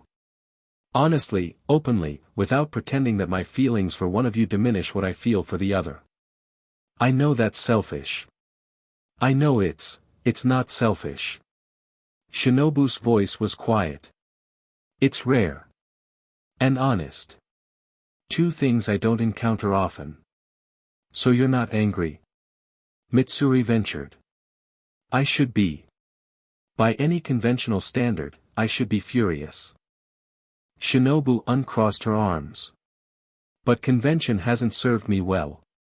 Convention says I should avenge my sister through honorable combat, not poison needles. Convention says Hashira should be stoic and detached. Convention says a lot of things I've decided to ignore. She walked toward them, slow, measured, the way she moved when she was making a decision she couldn't take back. I have one condition. Anything, Deku and Mitsuri said simultaneously. No secrets between any of us. Ever. If this is going to work, she stopped, seeming surprised at her own words. If this is going to work, it requires absolute transparency. I will not be deceived. By either of you. Deal, Deku said immediately. Deal. Mitsuri practically shouted, then clapped her hands over her mouth. Sorry. Indoor voice. Shinobu looked at her for a long moment. Then, slowly, something genuine appeared on her face, not a smile, exactly, but something warmer than anything Deku had seen from her before. You're going to be exhausting, aren't you? Mitsuri nodded enthusiastically. And you, Shinobu turned to Deku. You're going to overanalyze everything.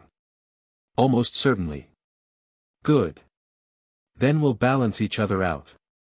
She extended her hand, first to Mitsuri, who took it immediately, then adjusted to include Deku. Partners. In all things. And if either of you betrays that trust, the poison won't be in your tea. It'll be significantly less pleasant. Noted, Deku said. They stood there, three hands interlinked, in a laboratory that smelled of wisteria and medicine, and something new clicked into place. Not romantic completion, that would come later, in moments private and public, gentle and fierce. What clicked now was simpler and more profound, trust.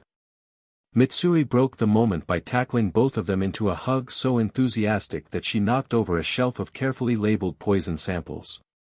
Shinobu didn't even flinch. She just sighed, smiled, really smiled, and let herself be held. 3 days of peace. That's what they got before the war reminded them it was still happening.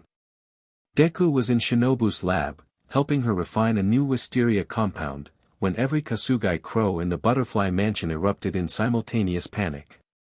Emergency. Upper moon detected. Butterfly mansion perimeter. All combatants prepare. Deku was on his feet before the crow finished speaking. Green lightning crackled around his body, injuries healed, body ready. Stay here, he told Shinobu. I'm a Hashira. I know.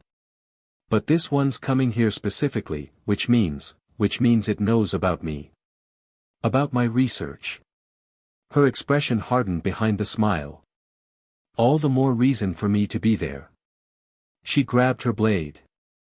Deku didn't argue, he'd learned fast that arguing with Shinobu was like arguing with gravity. They found him in the garden. Doma. Upper Moon 2. He was standing among the wisteria flowers, completely untouched by their poisonous properties. His rainbow eyes swept the mansion grounds with casual interest, his eternal smile fixed in place. Ice crystals formed and dissolved in the air around him, a passive display of power that frosted the nearest flowers solid. Good evening, he said pleasantly. I hope I'm not intruding. Kaneo materialized beside Deku, blade drawn, expression flatline. Mitsuri came from the other direction, her whip blade already unsheathed, playful energy replaced by killing intent. 4 against 1, Doma observed. How flattering. What do you want? Deku stepped forward, positioning himself between Doma and the mansion. Behind them, butterfly mansion attendants were evacuating injured patients through the back exits. Want? Oh, nothing dramatic. Muzan-sama asked me to investigate the interesting new player who killed Gyako. I volunteered because I was curious. His eyes settled on Shinobu, and his smile widened. And because I wanted to visit an old friend. Shinobu's grip on her blade tightened until her knuckles went bone white. We're not friends, she said. You killed my sister. Did I? I kill so many people, it's hard to keep track. He tilted his head, genuinely trying to remember. Oh. The flower girl. Yes, I remember now. She was quite beautiful.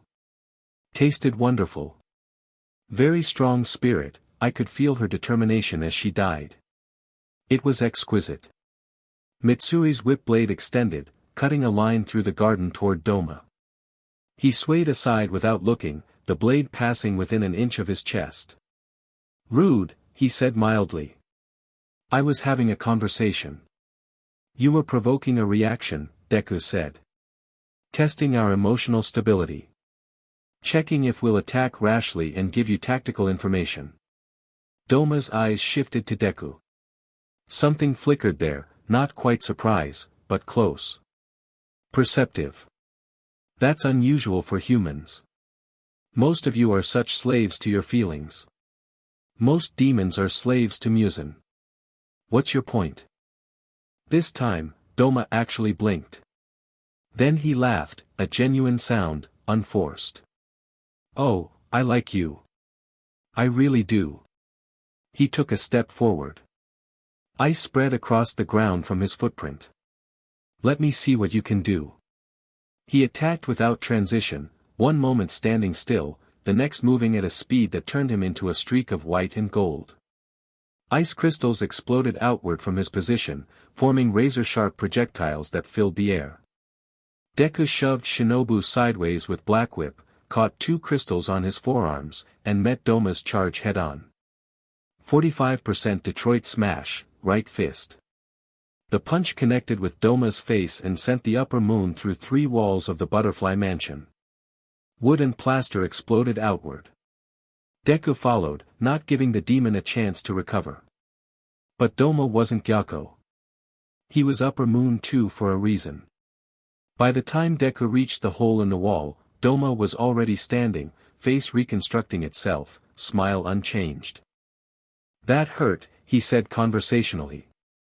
Not much. But more than I expected.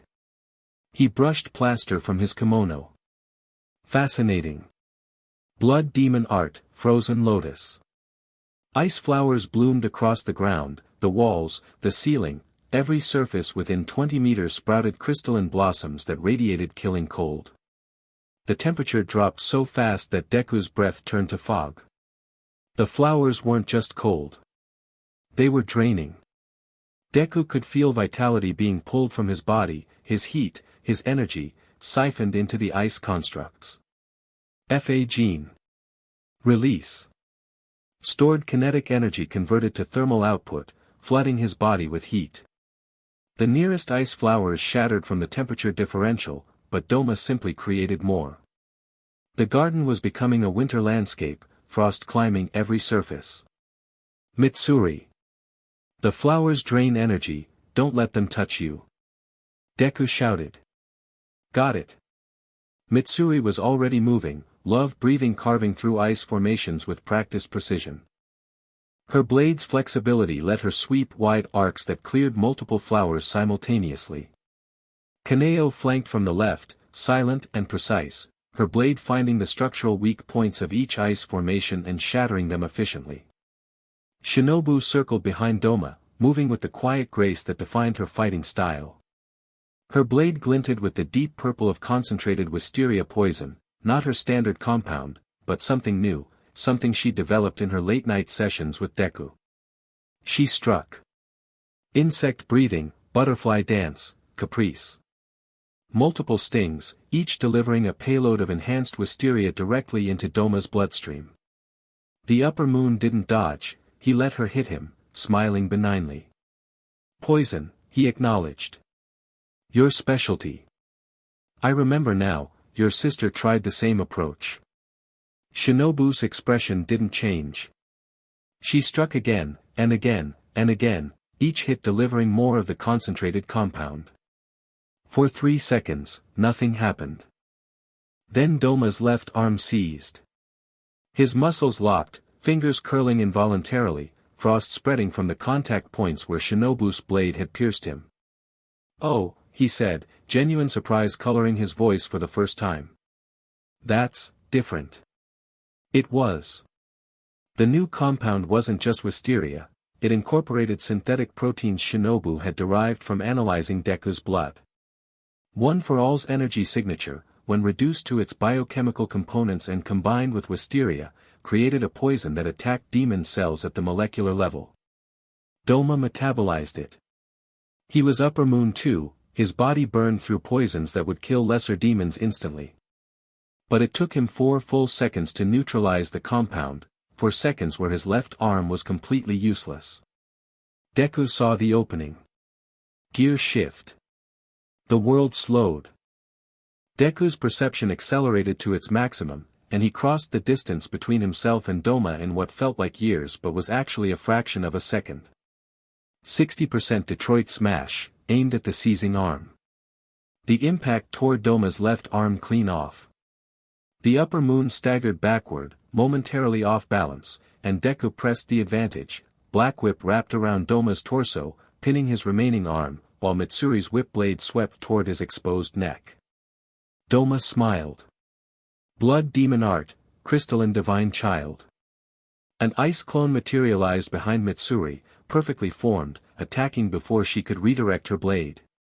Mitsuri twisted, barely avoiding a lethal strike to her spine, but the clone's follow-up caught her across the ribs. She gasped. The cold penetrated deeper than the cut, spreading from the wound in ice-blue veins, slowing her movements, dulling her reflexes. Mitsuri. Deku released Doma and launched toward her, catching her before she hit the ground. The ice in her wound was spreading, crawling toward her heart. "I'm okay." She gritted through chattering teeth. "Just cold. Really, really cold." F.A. Gene. Controlled thermal release, directed into his hands. He pressed his palms to her wound and pushed heat directly into the frozen tissue. The ice hissed and steamed, retreating from the warmth. Mitsuri's color returned, her shivering subsiding.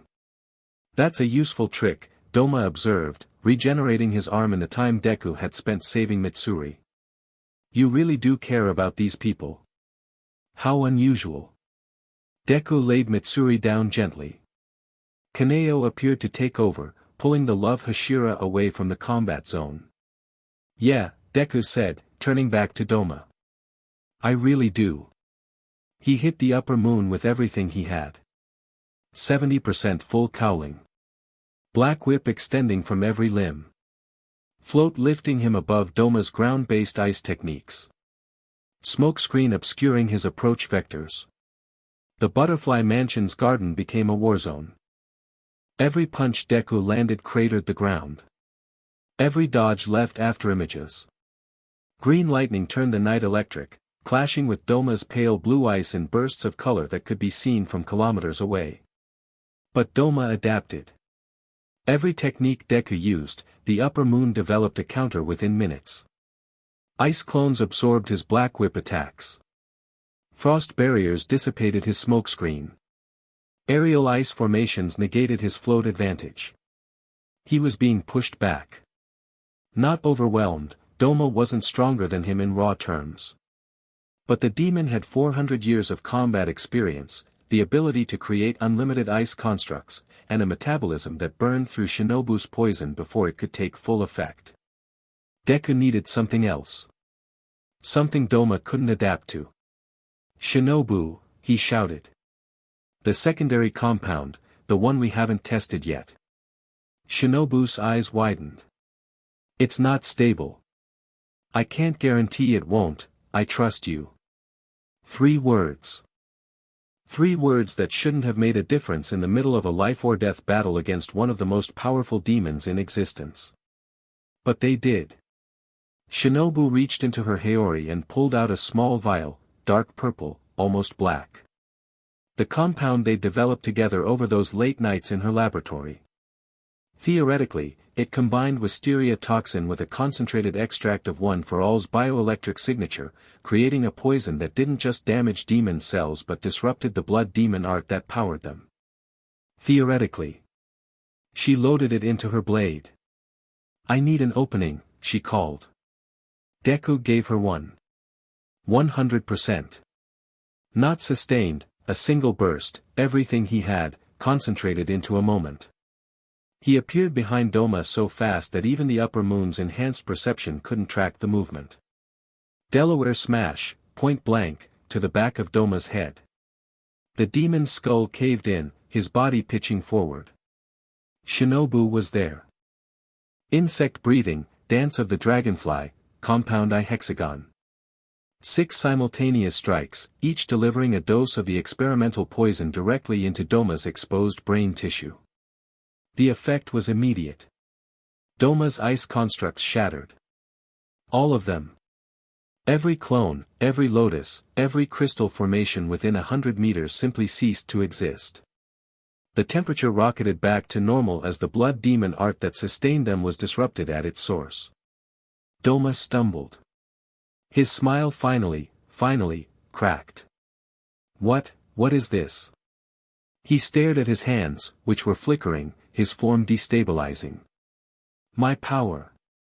I can't feel my power. Wisteria enhanced with one for all's bioelectric signature, Shinobu said, her voice cold and precise. It doesn't just poison your cells, it disrupts the connection between your body and your blood demon art. Right now, you're just a demon. No ice. No clones. No special abilities. Doma looked at her. Then at Deku. Then at Shinobu again. And for the first time in his centuries-long existence, Upper Moon too felt something genuine. It wasn't fear, not exactly.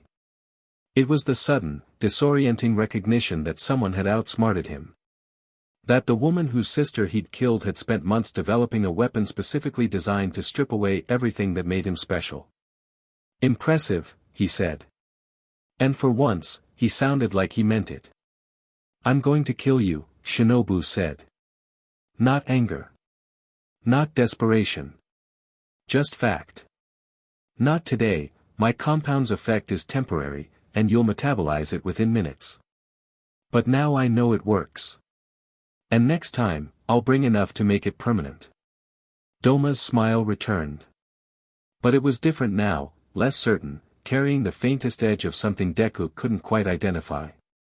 I look forward to it. Doma stepped backward, his form beginning to dissolve into ice particles as his blood demon art flickered back to life. You've given me something I haven't had in centuries. What? Something to think about. His gaze shifted to Deku. And you, Muzan is very interested in you. He's opening doors, Green One. Doors to wherever you came from. He wants what's on the other side. You might want to hurry. The ice particles scattered. Doma was gone.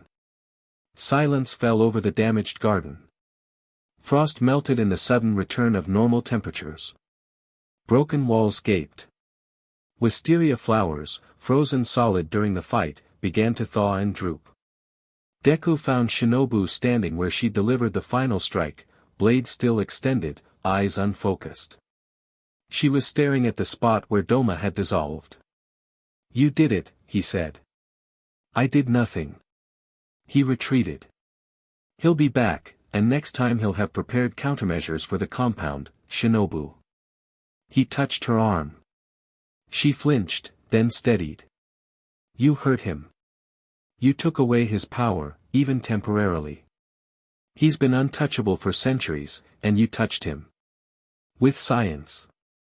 With intelligence. With months of work that he never saw coming. She was shaking. Adrenaline crash, probably, combined with the emotional weight of facing her sister's killer. I wanted to kill him. Her voice was barely audible. I wanted it so badly. When his ice broke and he looked confused, that was the first time I've ever seen him look anything other than amused. I wanted to carve that expression into his face permanently. You will. When the time comes. You've proven the concept, now you just need to scale it up. I need more of your blood. You can have as much as you want. She looked at him. Really looked, past the strength, past the lightning, past the hero facade, to the person underneath. You trusted me, she whispered. In the middle of that fight, with an unstable compound that could have done anything, you trusted me. Of course I did. Why? Because you're brilliant. Because you've been working toward this moment for years. Because I've watched you in your lab, night after night, and I've never seen anyone more dedicated to a goal. He squeezed her arm gently. And because I love you. Obviously. The words fell out before he could catch them. Not analyzed, not calculated, not strategically deployed. Just truth, raw and unfiltered. Shinobu's expression underwent a transformation that Deku would remember for the rest of his life. The smile disappeared. The mask crumbled. And underneath, for the first time, he saw her completely, the grief and the rage and the exhaustion and, buried under all of it, a desperate, terrified hope. She pressed her face into his chest and sobbed. Not polite tears. Not contained weeping. Ugly, racking sobs that shook her whole body, releasing years of compressed emotion. Every cry she'd swallowed since Kane's death, every scream she'd converted into a smile, every tear she'd told herself was useless, they all came out at once. Deku held her. Said nothing. Let it happen. Mitsuri found them like that, stumbling over from where Kaneo had been treating her wound. She took one look at the situation, sat down beside them both, and wrapped her arms around Shinobu from behind. Kaneo watched from the edge of the garden. Her hand moved toward her pocket, toward the coin that waited there. It stopped halfway. She walked over, knelt beside the others, and placed her hand on Shinobu's back. No coin flip. No external guidance. Just a choice, made freely, to comfort someone she loved. 4 people. 1 ruined garden. The aftermath of a battle that had proven they could stand against the impossible. It wasn't a fairy tale moment. Shinobu's sobs subsided into hiccuping breaths. Mitsuri's wound was still seeping blood through its bandages. Kaneo's expression remained mostly blank, though something warmer lurked at its edges. And Deku's arms were tired from a fight that had pushed him harder than anything since All for One. But it was real. And in a world of demons and masks and endless war, real was enough. Doma's parting words echoed through the following days. Muzan is opening doors. Doors to wherever you came from. Deku couldn't ignore that. Whatever else was happening, the relationships, the training, the political integration, the dimensional threat had to be addressed. He sought out the one person who might understand it. Tamayo lived in hiding. A demon who'd broken free of Muzan's control centuries ago, she survived on minimal human blood, willingly donated, and dedicated her existence to researching a way to kill the Demon King. She and Shinobu had been corresponding secretly for months, collaborating on anti-Muzan compounds. Finding her required Shinobu's connections and 3 days of careful travel. Deku went alone, partly for security, partly because he wanted this first conversation to be unencumbered by political complications. Tamayo's hidden laboratory was buried beneath a modest house on the outskirts of Asakusa. She met him at the door with an expression that blended curiosity with extreme caution. A young demon boy, Yashiro, her assistant and protector, stood behind her, radiating hostility. "You're the one from another world," Tamayo said. "Not a question. And you're the demon who defied Muzan. We have something in common, neither of us is supposed to exist." A faint smile crossed her face. "Come inside. We have much to discuss." Her laboratory was more advanced than Shinobu's, centuries of refinement will do that. Equipment that Deku recognized from modern science mixed with apparatus he'd never seen. Samples lined the walls in careful order. Notes, written in a precise hand, covered every available surface. "Shinobu told me about your blood's unusual properties," Tamayo said, preparing her microscope. "The bioelectric signature embedded in your cells. She believes it could be the key to disrupting demon physiology at a fundamental level. She's already proven it works against Doma's blood demon art. Temporarily, at least. Against one demon's specific abilities, yes. But Muzan is different. Tamayo selected a slide and placed it under the lens. His cells are the source. Every demon's power derives from his blood. To affect him, we'd need something that disrupts the root, not the branches. And you think my blood might do that? I think your blood is the most unusual substance I've encountered in 500 years of research. She gestured for him to sit. May I take a sample? He offered his arm. She drew blood with practiced efficiency. Her technique was flawless, which made sense given 5 centuries of medical practice. The blood went under her microscope. Tamayo fell silent, studying. Minutes passed. Extraordinary, she breathed. Your red blood cells carry a secondary energy system, I can see it pulsing in the cellular membrane. It's not biological. It's like light compressed into living tissue. That's one for all. The accumulated power of 9 people, stored in my cells. It operates independently of your world's biological norms. If I introduced this energy to demon blood. She trailed off, already reaching for another slide. She mixed his blood with a demon blood sample, her own, Deku realized. The reaction was immediate. Under the microscope, the demon cells began behaving erratically. Not dying, changing. The demonic corruption that distinguished demon cells from human ones started flickering, unstable, as if the one for all energy was interfering with the signal that maintained the transformation. It's disrupting the demon conversion factor, Tamayo whispered. Not destroying it. Disrupting it. If refined, if concentrated and delivered properly, this could theoretically reverse it. She looked up from the microscope. Her eyes, demon eyes, with the distinctive slit pupils, were wide. Theoretically. Yes.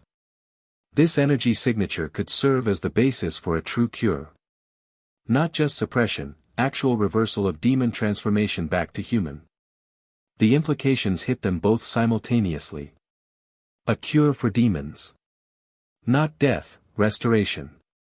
The ability to give demons their humanity back. Everything Tamayo had worked toward for 5 centuries, everything Kane Kocho had dreamed of before Doma killed her, possible. Because of blood from another world. There's something else, Deku said carefully. Doma told me that Muzan is opening dimensional rifts. Trying to access my world. If he succeeds, if he consumes you or your blood in its raw form, the results would be catastrophic. Tamayo's expression hardened. Your energy operates on principles foreign to this world. Muzan's body would try to assimilate it, and the interaction would be completely unpredictable. He might achieve his goal of sun immunity. Or your power might overwrite his cellular structure entirely. Either way, he can't be allowed to open those portals. Agreed. She sat back. I've detected unusual energy fluctuations in several locations across Japan. Consistent with dimensional instability. If those are Muzan's experiments. Then we're running out of time. They worked through the night. And the next night. And the night after that. Tamayo was a different kind of intelligence than Shinobu, older, deeper, approaching problems from centuries of accumulated wisdom rather than cutting-edge innovation. Where Shinobu was a scalpel, Tamayo was an ocean, patient, thorough, relentless. And she was kind. Genuinely kind, in a way that caught Deku off guard. She asked about his world, his friends, his mother. She listened without judgment. She shared her own story, the horror of her transformation, the centuries of guilt, the slow process of reclaiming her humanity one choice at a time. I murdered my own family, she told him on the 3rd night, voice steady with the calm of someone who'd spent 500 years making peace with the unspeakable. When Muzan first turned me, I lost control. My husband. My children. I killed them all before I regained my senses. Deku didn't recoil. Didn't flinch. Didn't offer empty reassurance. And then what? He asked. Then I spent 5 centuries trying to atone. Researching demons. Developing medicines. Saving whoever I could. It will never be enough, nothing will ever bring them back. But I chose to make their deaths mean something rather than nothing. That's the bravest thing I've ever heard. She looked at him with those ancient, demon eyes. You mean that? I always mean what I say.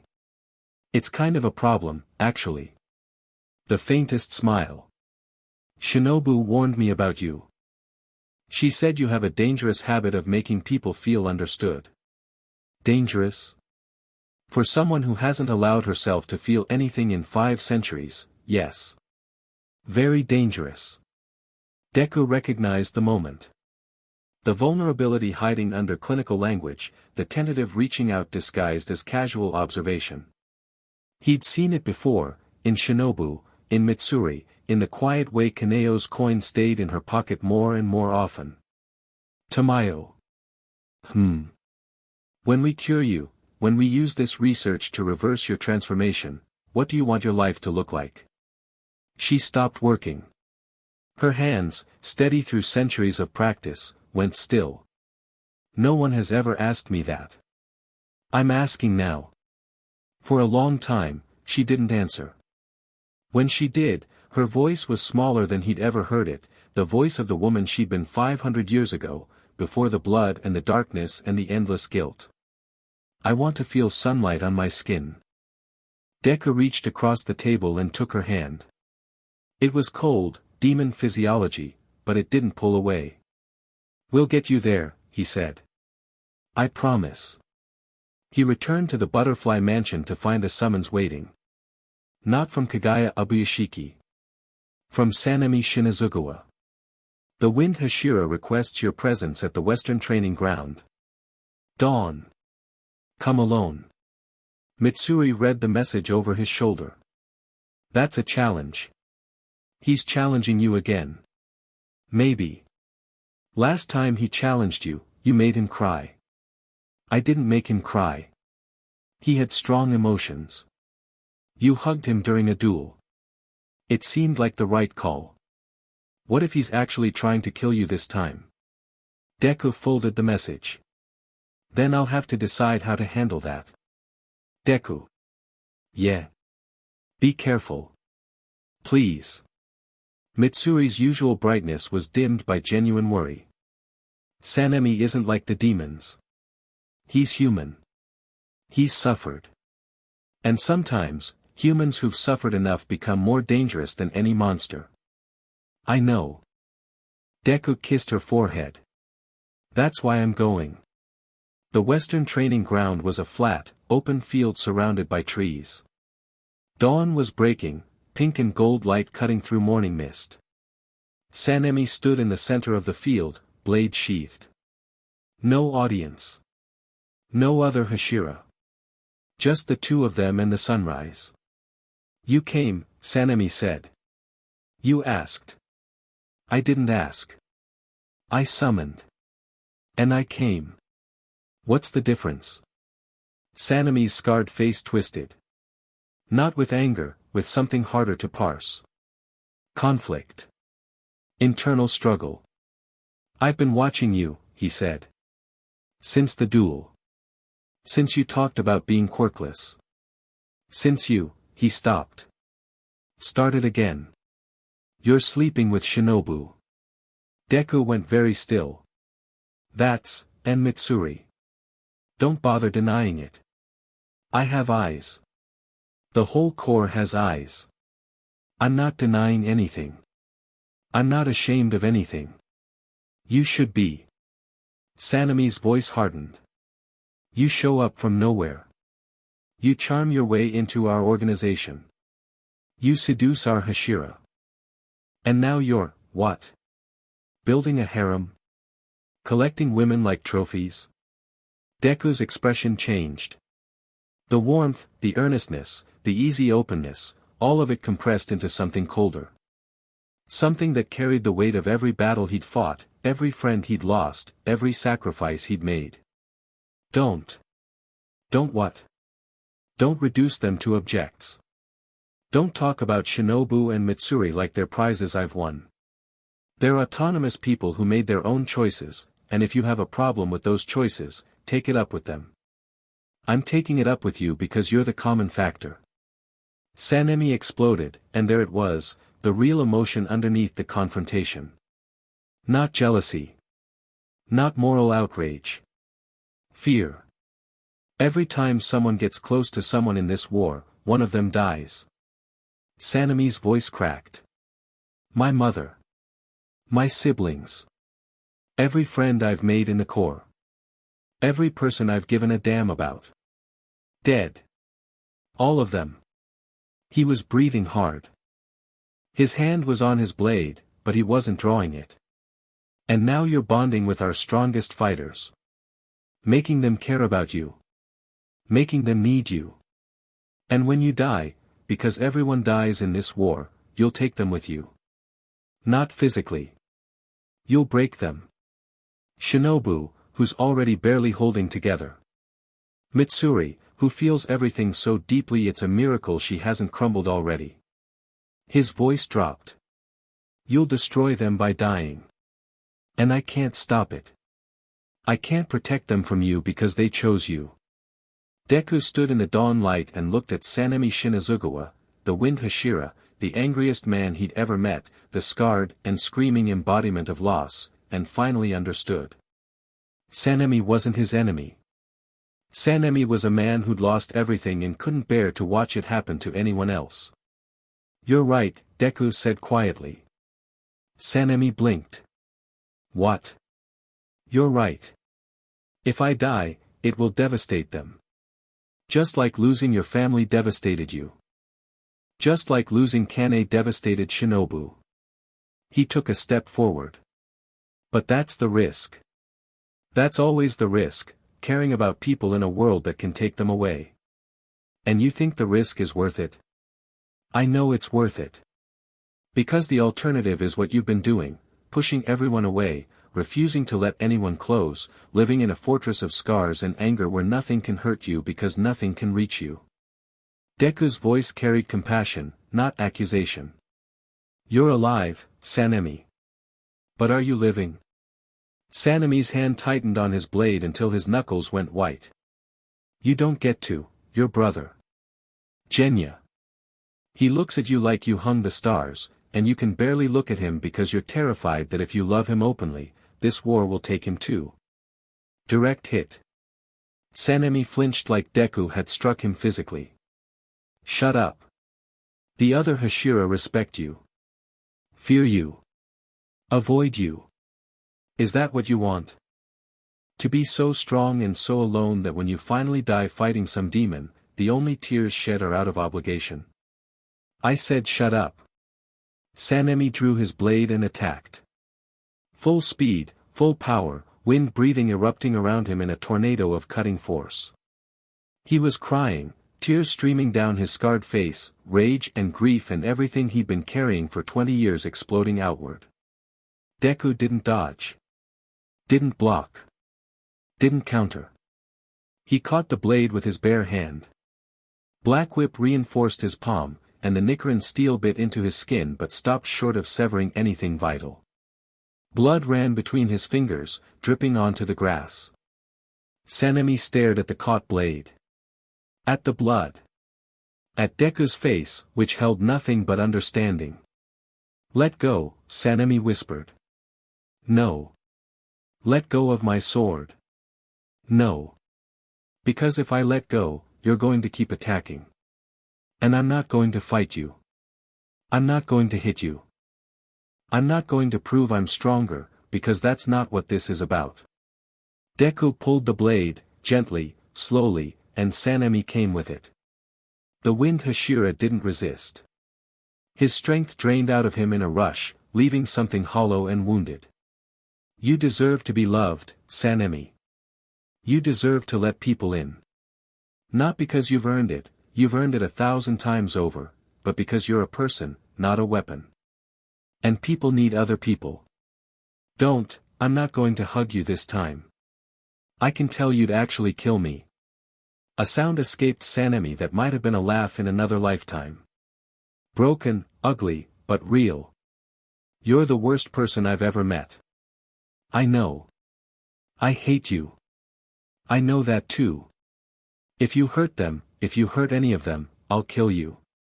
No matter how strong you are. I'll find a way. Deal. Sanemi yanked his blade free. Blood sprayed from Deku's palm. The wind Hashira sheathed the weapon with a metallic click, turned his back, and started walking away. Then he stopped. My brother. Genya. Yeah. He wants to be a Hashira. More than anything. But he can't use breathing styles, his lungs won't cooperate. Deku's analytical mind was already spinning. Can he use anything else? He eats demons. Gains temporary abilities from consuming their flesh. It's disgusting and dangerous, and it's going to kill him someday. Send him to me. Sanemi turned. His scarred face was unreadable. Why? Because I know what it's like to have a body that won't cooperate with the power system everyone else uses. And I know that there's always another way, you just have to find it. Long silence. The morning sun climbed higher, burning away the mist, painting the training ground in gold. I'll think about it, Sanemi said finally. He walked away. Deku watched him go, bleeding from the hand, standing in a field full of sword marks and dawn light. Sanemi hadn't accepted him. Hadn't forgiven him. Hadn't even stopped hating him. But he'd asked for help. For his brother. That was bigger than acceptance. Bigger than trust. That was a man putting someone else's need above his own pride. It was enough. The intelligence arrived 2 days later, carried by Tamayo's demon spy network. 3 locations. 3-dimensional rifts. Musen's experiments were accelerating. Shinobu spread the reports across her laboratory table. Tamayo's notes, delivered by a trusted demon courier, provided coordinates, energy readings, and projections for rift stability over time. He's close, Shinobu said. These energy signatures match what Tamayo described, dimensional instability consistent with forced spatial manipulation. If he stabilizes even one of these rifts, he pulls something through from my world. Deku studied the coordinates, cross-referencing with maps of Japan. The northern one is near a mountain range. The coastal one is near, where is this? East Coast. Near a fishing village. The third is the Infinity Castle itself. Deku's jaw tightened. His home base. That's where the main rift will be. Mitsuri leaned over the table from the other side. Can we destroy them? The rifts? Theoretically. They're sustained by Musen's power. If we disrupt the energy source or overload the spatial anchor, they should collapse. Deku looked at Shinobu. But disrupting one might accelerate the others. He'd realize we're targeting them and rush to stabilize the remaining portals. So we hit all 3 simultaneously. Kaneo spoke from the corner, where she'd been listening silently. 3 teams. 3 targets. Same time. That's a lot of resources. Shinobu frowned. And it exposes us. If the main force is divided across 3 locations, then the Infinity Castle strike team needs to be small and overwhelming. Deku straightened. Me, plus the strongest fighters available. Hit the castle, shut down the primary rift, and engage Musen directly while the other teams handle the outlying portals. You want to fight Musen? Shinobu's voice was flat. The Demon King. The most powerful demon in existence. I want to end this war. And the only way to do that is to take the fight to him before he finishes opening those doors. You'll die. Maybe. But if I don't try, and he succeeds, everyone dies. Both worlds. The room was quiet. Mitsuri's usual brightness was absent. Kaneo's hand didn't move toward her pocket, the coin stayed where it was. Shinobu's mask was firmly in place, but her eyes were bright. We need more time, Shinobu said. The anti-demon compound works, but it's not strong enough for Muzan. I need to scale up production, increase concentration, develop a delivery system that can penetrate his defenses. How long? 2 weeks. Minimum. You've got one. Deku met her eyes. I'm sorry. But the rifts won't wait. Shinobu held his gaze for a long moment. Then she turned back to her workstation with brisk efficiency.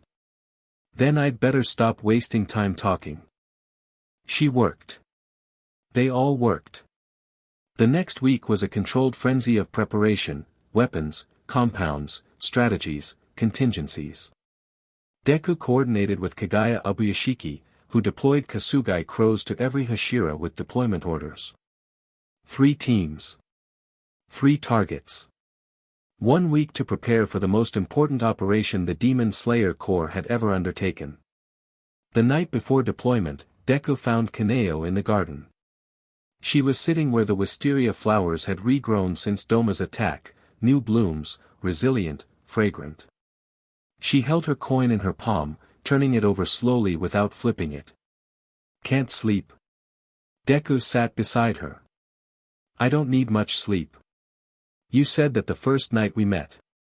I remember. They sat in comfortable silence.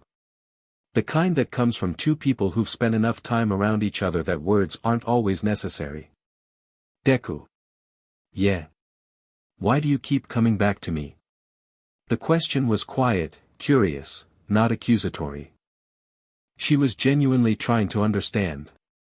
What do you mean? You have Shinobu. Mitsuri.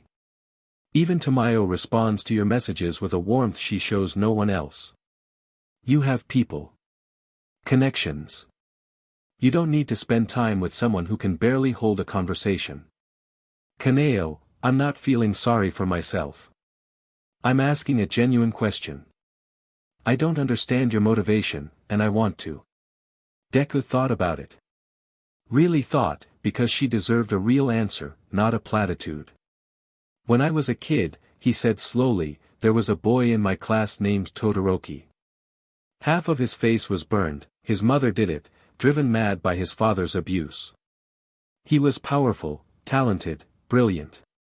And he was completely shut off from his own emotions.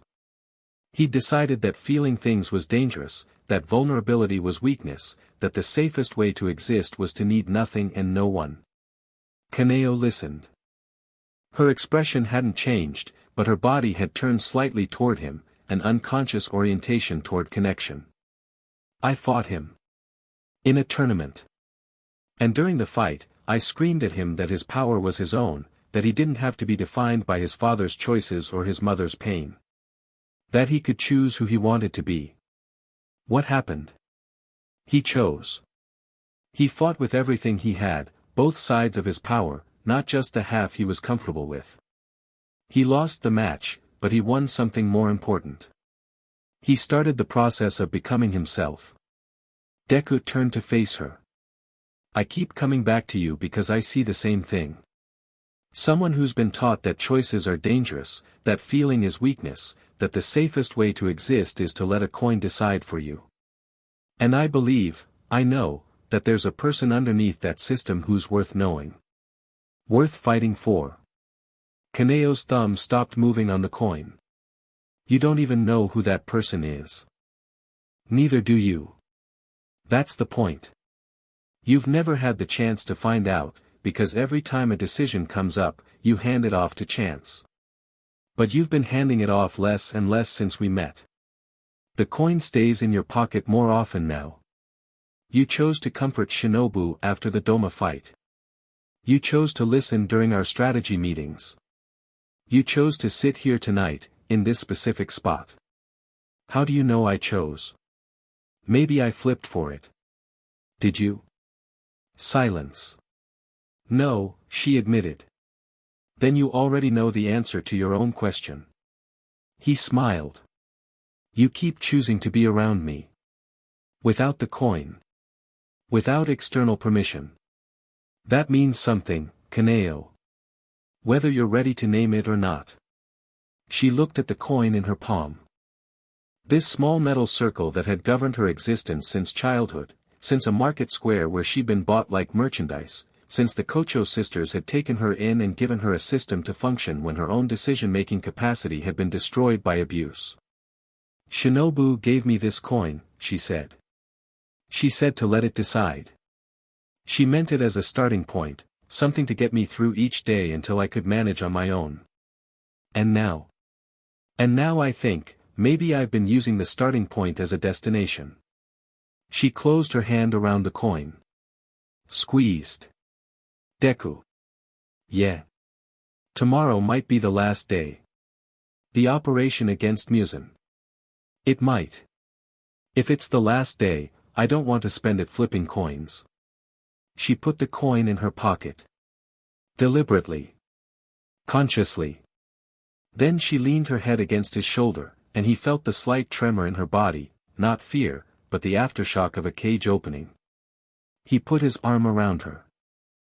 They sat together in the wisteria garden, breathing in the night air, while the moon tracked across a sky full of unfamiliar stars. Deku? I'm scared. Me too. You don't seem scared. I've had practice hiding it. But I'm terrified. Of tomorrow. Of Muzan. Of what happens if I can't protect the people I care about. Including me. Especially you. She pressed closer. Then we'll protect each other. It wasn't a kiss. It wasn't a declaration. It was something quieter and, in its own way, more profound, two people choosing to be vulnerable with each other on the edge of oblivion. From her laboratory window, Shinobu watched them. Mitsuri appeared beside her, wrapped in a blanket, eyes soft. She put the coin away, Mitsuri whispered. I saw. She chose him. On her own. I saw that too. Are you okay? Shinobu was quiet for a moment. Then, yes. I think I am. She turned from the window. We have work to do. Tomorrow changes everything. Tomorrow we win. Tomorrow we fight. Winning is a separate question. Mitsuri hugged her from behind, chin resting on Shinobu's shoulder. We'll win. Because we have something Muzan doesn't. What's that? Each other. Shinobu almost laughed. That's incredibly cheesy. I'm the love Hashira. Cheesy is literally my job description. This time, Shinobu did laugh. Small, genuine, surprised out of her. They went back to work. Because tomorrow, the war would reach its climax. And whatever happened, victory or defeat, survival or sacrifice, they would face it together.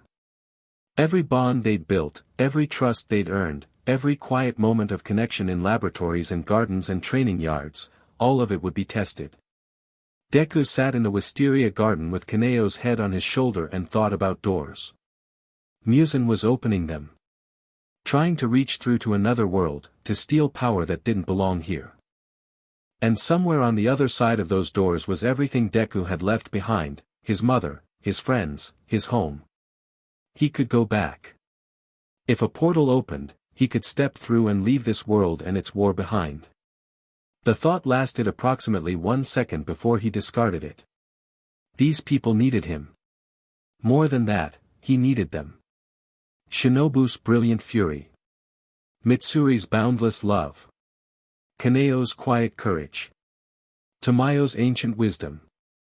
Even Sanemi's relentless opposition, which kept him honest. He'd found something here. Not a replacement for what he'd lost, nothing could replace his home. But something new. Something worth fighting for. Tomorrow, he'd prove it. Chapter 3, Dynasty of Green Lightning, Word Count Target, 10,000 to 12,000 words. The war begins. Muzan has stabilized 3-dimensional rifts across Japan. Through one of them, he managed to pull through a Nomu, a mindless bioweapon from Deku's world. The Nomu is weaker than the ones Deku fought at home, but it's here, which means Muzan's portals work. It's a proof of concept that horrifies Deku. The core mobilizes for a full-scale offensive. The plan: hit all 3 rift locations simultaneously while a strike team, Deku, Shinobu, Mitsuri, Kaneo, and Ju, assaults the Infinity Castle, Musen's extradimensional stronghold. Pre-battle intimacy: the night before the offensive, several key intimate scenes, Deku and Shinobu, in her rebuilt lab. She gives him a specially designed wisteria injection that temporarily boosts human cellular resistance to demon blood demon arts. It'll help against the upper moon's more esoteric abilities. If you die after I wasted my best research on you, I'll find a way to resurrect you just so I can kill you myself. They make love for the first time, and she's terrified. Not of the act, but of allowing herself to want a future. He holds her through the fear. In the morning, she's different. Not smiling mask Shinobu. Not grief-stricken Shinobu. Just Shinobu. Clear-eyed and present. Deku and Mitsuri, on the roof of the butterfly mansion, under the stars. She tells him her deepest fear, that she's too emotional, too open, too much. That no one will ever match her intensity. He matches it. Their intimacy is passionate, uninhibited, and joyful, because Mitsuri doesn't know how to be anything other than completely herself, and with Deku, she doesn't have to try. Deku and Kaneo, the most understated. She comes to his room, coin in hand. She holds it up. Heads, I stay. Tails, I go. He gently closes her hand around the coin. What do you want, Kaneo? She puts the coin on the nightstand. I want to stay. She stays. They don't make love, not yet. She's not ready. Instead, she sleeps beside him, and for the first time in her life, she feels safe enough to dream. Deku and Tamayo, an intellectual conversation that becomes an emotional confession. She tells him that she's successfully synthesized a partial cure from his blood samples combined with Nezuko's unique demon antibodies. She can become partially human again, enough to age, enough to feel, enough to bear children. But the process is risky and irreversible. Why would you risk that, he asks. Because for 500 years, I've existed without purpose beyond revenge against Musen. You showed me there's something worth living for, not just something worth killing for. He holds her hand. It's warm for the first time in centuries. The assault on the Infinity Castle, the final battle unfolds across multiple fronts. Front 1, Rift Location Alpha, Mountain Gyomii, Sanemi, and Genya lead the assault. They face Upper Moon 4, Hantengu, and waves of demons guarding the rift. Sanemi fights with a ferocity that shocks even his allies, but this time, it's not fueled by rage alone. Something changed after his encounter with Deku. He fights to protect, not just to destroy. He takes a critical hit for Genya, his brother, and doesn't curse about it. Just grins through the blood and keeps going. Front 2, Rift Location Beta, Coastal Machiro, Abanai, and several Kino-rank slayers. They face the Nomu that Musen pulled through, a grotesque hybrid of quirk biology and demon enhancement. Abanai is forced to coordinate with core members he usually disdains, and in the process, discovers that leadership requires more than contempt. His serpent, Kaburamaru, senses the dimensional energy and guides them to the rift's weak point. Muchiro, channeling everything he learned from watching Deku fight Gyako, pushes his mist breathing to its absolute limit and manages to sever the Nomu's exposed brain core. Front 3, the Infinity Castle, Primary Deku's team enters the Infinity Castle. The architecture shifts and warps, separating them. Shinobu vs. Doma, round 2 this time, Shinobu isn't alone, Kaneo is with her. But more importantly, Shinobu isn't the same woman who fought Doma before. She's refined her poison using Deku's blood analysis, a new compound that even Doma can't metabolize instantly. The fight is brutal. Doma is as strong as ever, but Shinobu fights without desperation. She fights with clarity. Every strike is precise, every poison dose calculated. Doma starts feeling the effects, his movements slow, his regeneration stutters.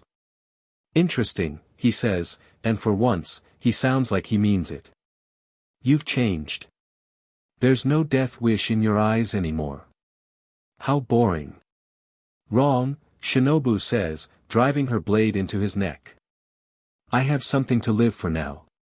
That makes me more dangerous, not less. Kaneo delivers the finishing blow, flower breathing, final form, quinoctial vermilion eye, reading Doma's molecular structure at the cellular level and finding the exact angle to sever his head while Shinobu's enhanced poison holds his regeneration at bay. Doma's head falls. As he dissolves, he looks at Shinobu with something approaching genuine emotion, the first real feeling of his existence. Ah, he says. So that's what it's like. How painful. He smiles. For the first time, it reaches his eyes. Then he's gone. Shinobu falls to her knees. She's alive. Kane's killer is dead. She's alive. Kaneo catches her before she hits the ground. The coin stays in Kaneo's pocket. Deku vs Kokashibo, the fight Deku has been building toward. Kokashibo, Upper Moon 1, the breathing style using demon, the betrayer of his own humanity. This fight is a full chapter within a chapter. It's the most technically complex battle in the story. Kokashibo fights with moon breathing, a twisted, demon-enhanced version of sun breathing. His sword generates crescent-shaped slashes that curve through space. He has 6 eyes, each tracking a different angle of attack. Deku goes all out from the start. 100% one for all. Every quirk in his arsenal. Green lightning turns the Infinity Castle into a strobe-lit hellscape. But Kokashibo is different from every opponent Deku has ever faced. He's not a brute. He's not a monster. He's a swordsman with 400 years of experience. Every one of Deku's power moves, Kokashibo has a counter. Brute force. Kokashibo's blade cuts through it. Speed. Kokashibo's 6 eyes track gear shift acceleration. Black whip restraints. Moon breathing slashes cut the tendrils before they connect. For the first time since coming to this world, Deku is pushed to his absolute limit. The fight forces Deku to evolve in real time. He can't outpower Kokashibo or outspeed him. He has to outsmart him. Deku starts combining quirks in ways he's never tried. Smokescreen plus danger sense to fight blind, relying entirely on precognition. FA gene plus float plus gear shift to create 3-dimensional movement patterns that even 6 eyes can't predict. Black whip wrapped around his own limbs, using the tendrils as force multipliers for his strikes. The climax, Kokashibo unleashes his strongest technique, moon breathing, 16th form, moonbow, a full sphere attack of crescent slashes that cuts everything within a 50-meter radius. There's no dodging it. There's no blocking it. Deku uses gear shift on the moon breathing itself, slowing the crescents to a crawl, and walks through them like a man walking through frozen rain. He reaches Kokashibo, grabs the demon's sword with his bare hand, black whip reinforced grip, and delivers a single punch to the center of Kokashibo's chest. Not to kill. Not to destroy. To connect. In that moment of contact, One for All's vestige energy reacts with the remnant of Kokashibo's human soul. Kokashibo sees his brother, Yoriichi, one last time. Not as a rival. Not as a superior. As a brother who loved him. You could have been so much more than jealousy, Deku says. Kokashibo's 6 eyes close. 4, then 2, then all 6. Perhaps. He shatters his own sword. His body begins to dissolve, not because Deku destroyed it, but because Kokashibo chose to die. 400 years of running from his brother's shadow, and a boy with green lightning showed him there was nothing to run from. Tell me, Kokashibo whispers as he fades, do they have swordsmen in your world? We have heroes, Deku says. That will do. Upper Moon 1 is gone. Not defeated. Released.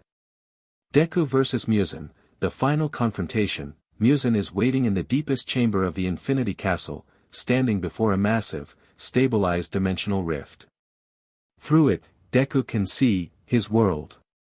The skyline of Muzurifu. The distant shape of UA Academy. He could go home.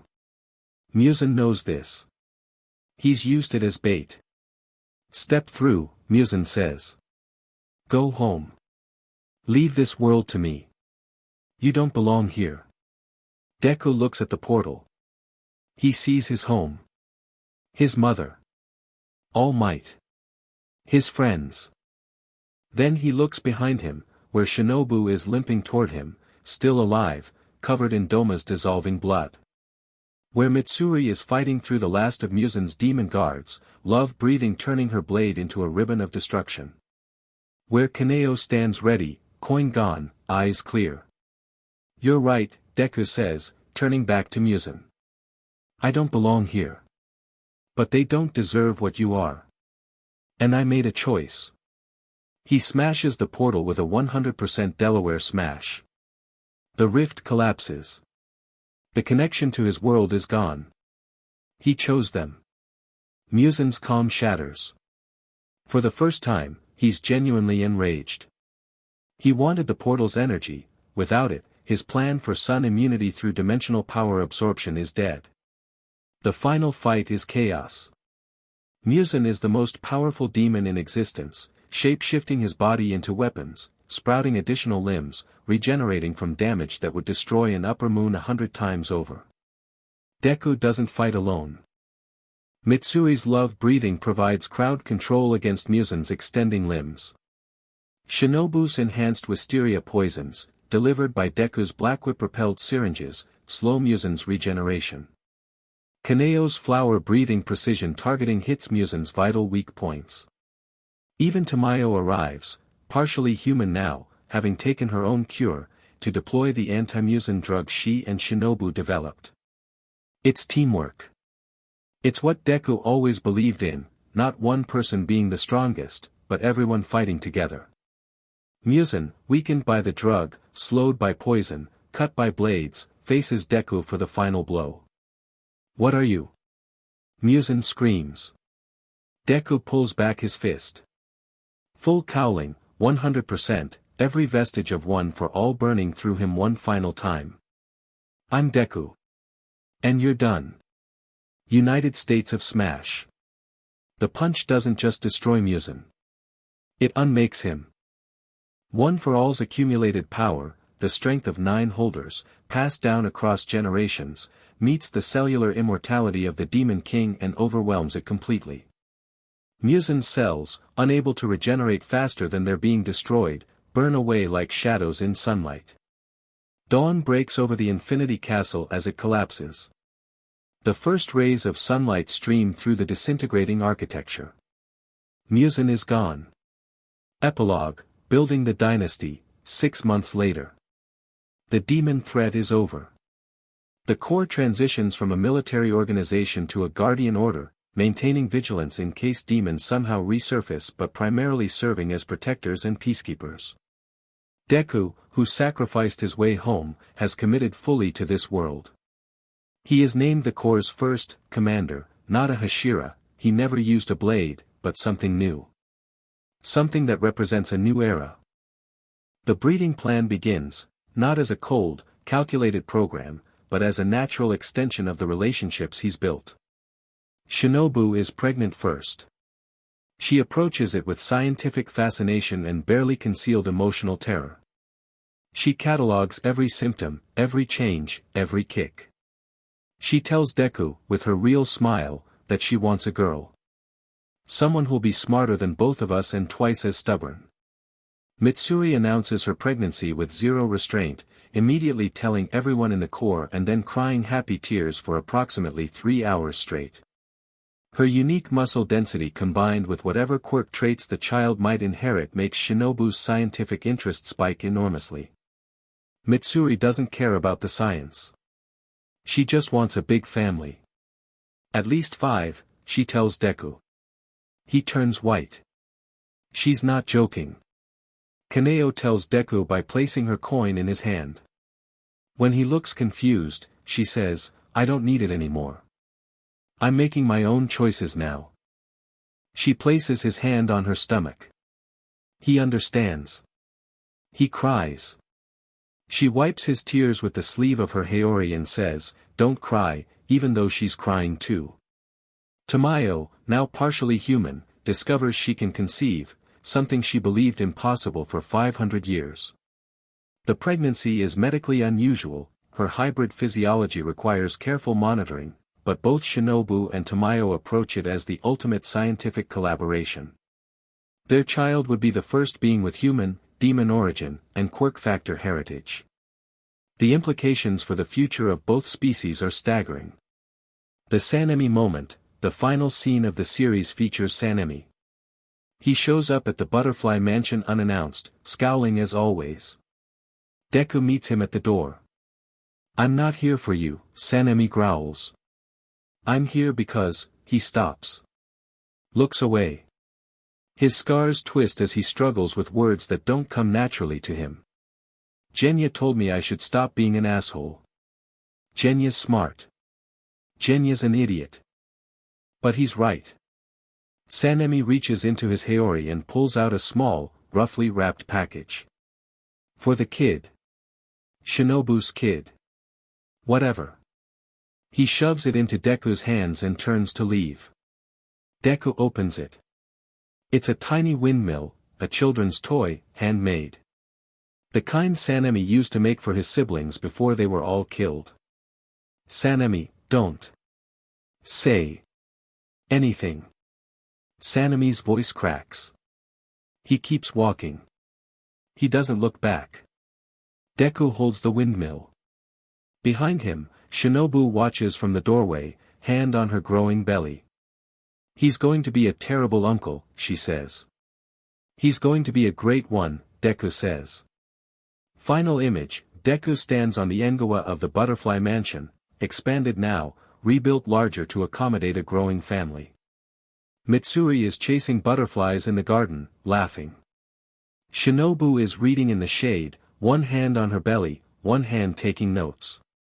Kaneo sits beside Deku, leaning against his shoulder, eyes closed, peaceful. Tamayo is in her lab, a real lab now, not a hidden one, working on research that will benefit human and demon kind alike. The stars overhead are still unfamiliar. But they're his stars now. He chose this world. And this world chose him back. The end. Thank you for watching this video. Please be sure to subscribe to our channel and like this video.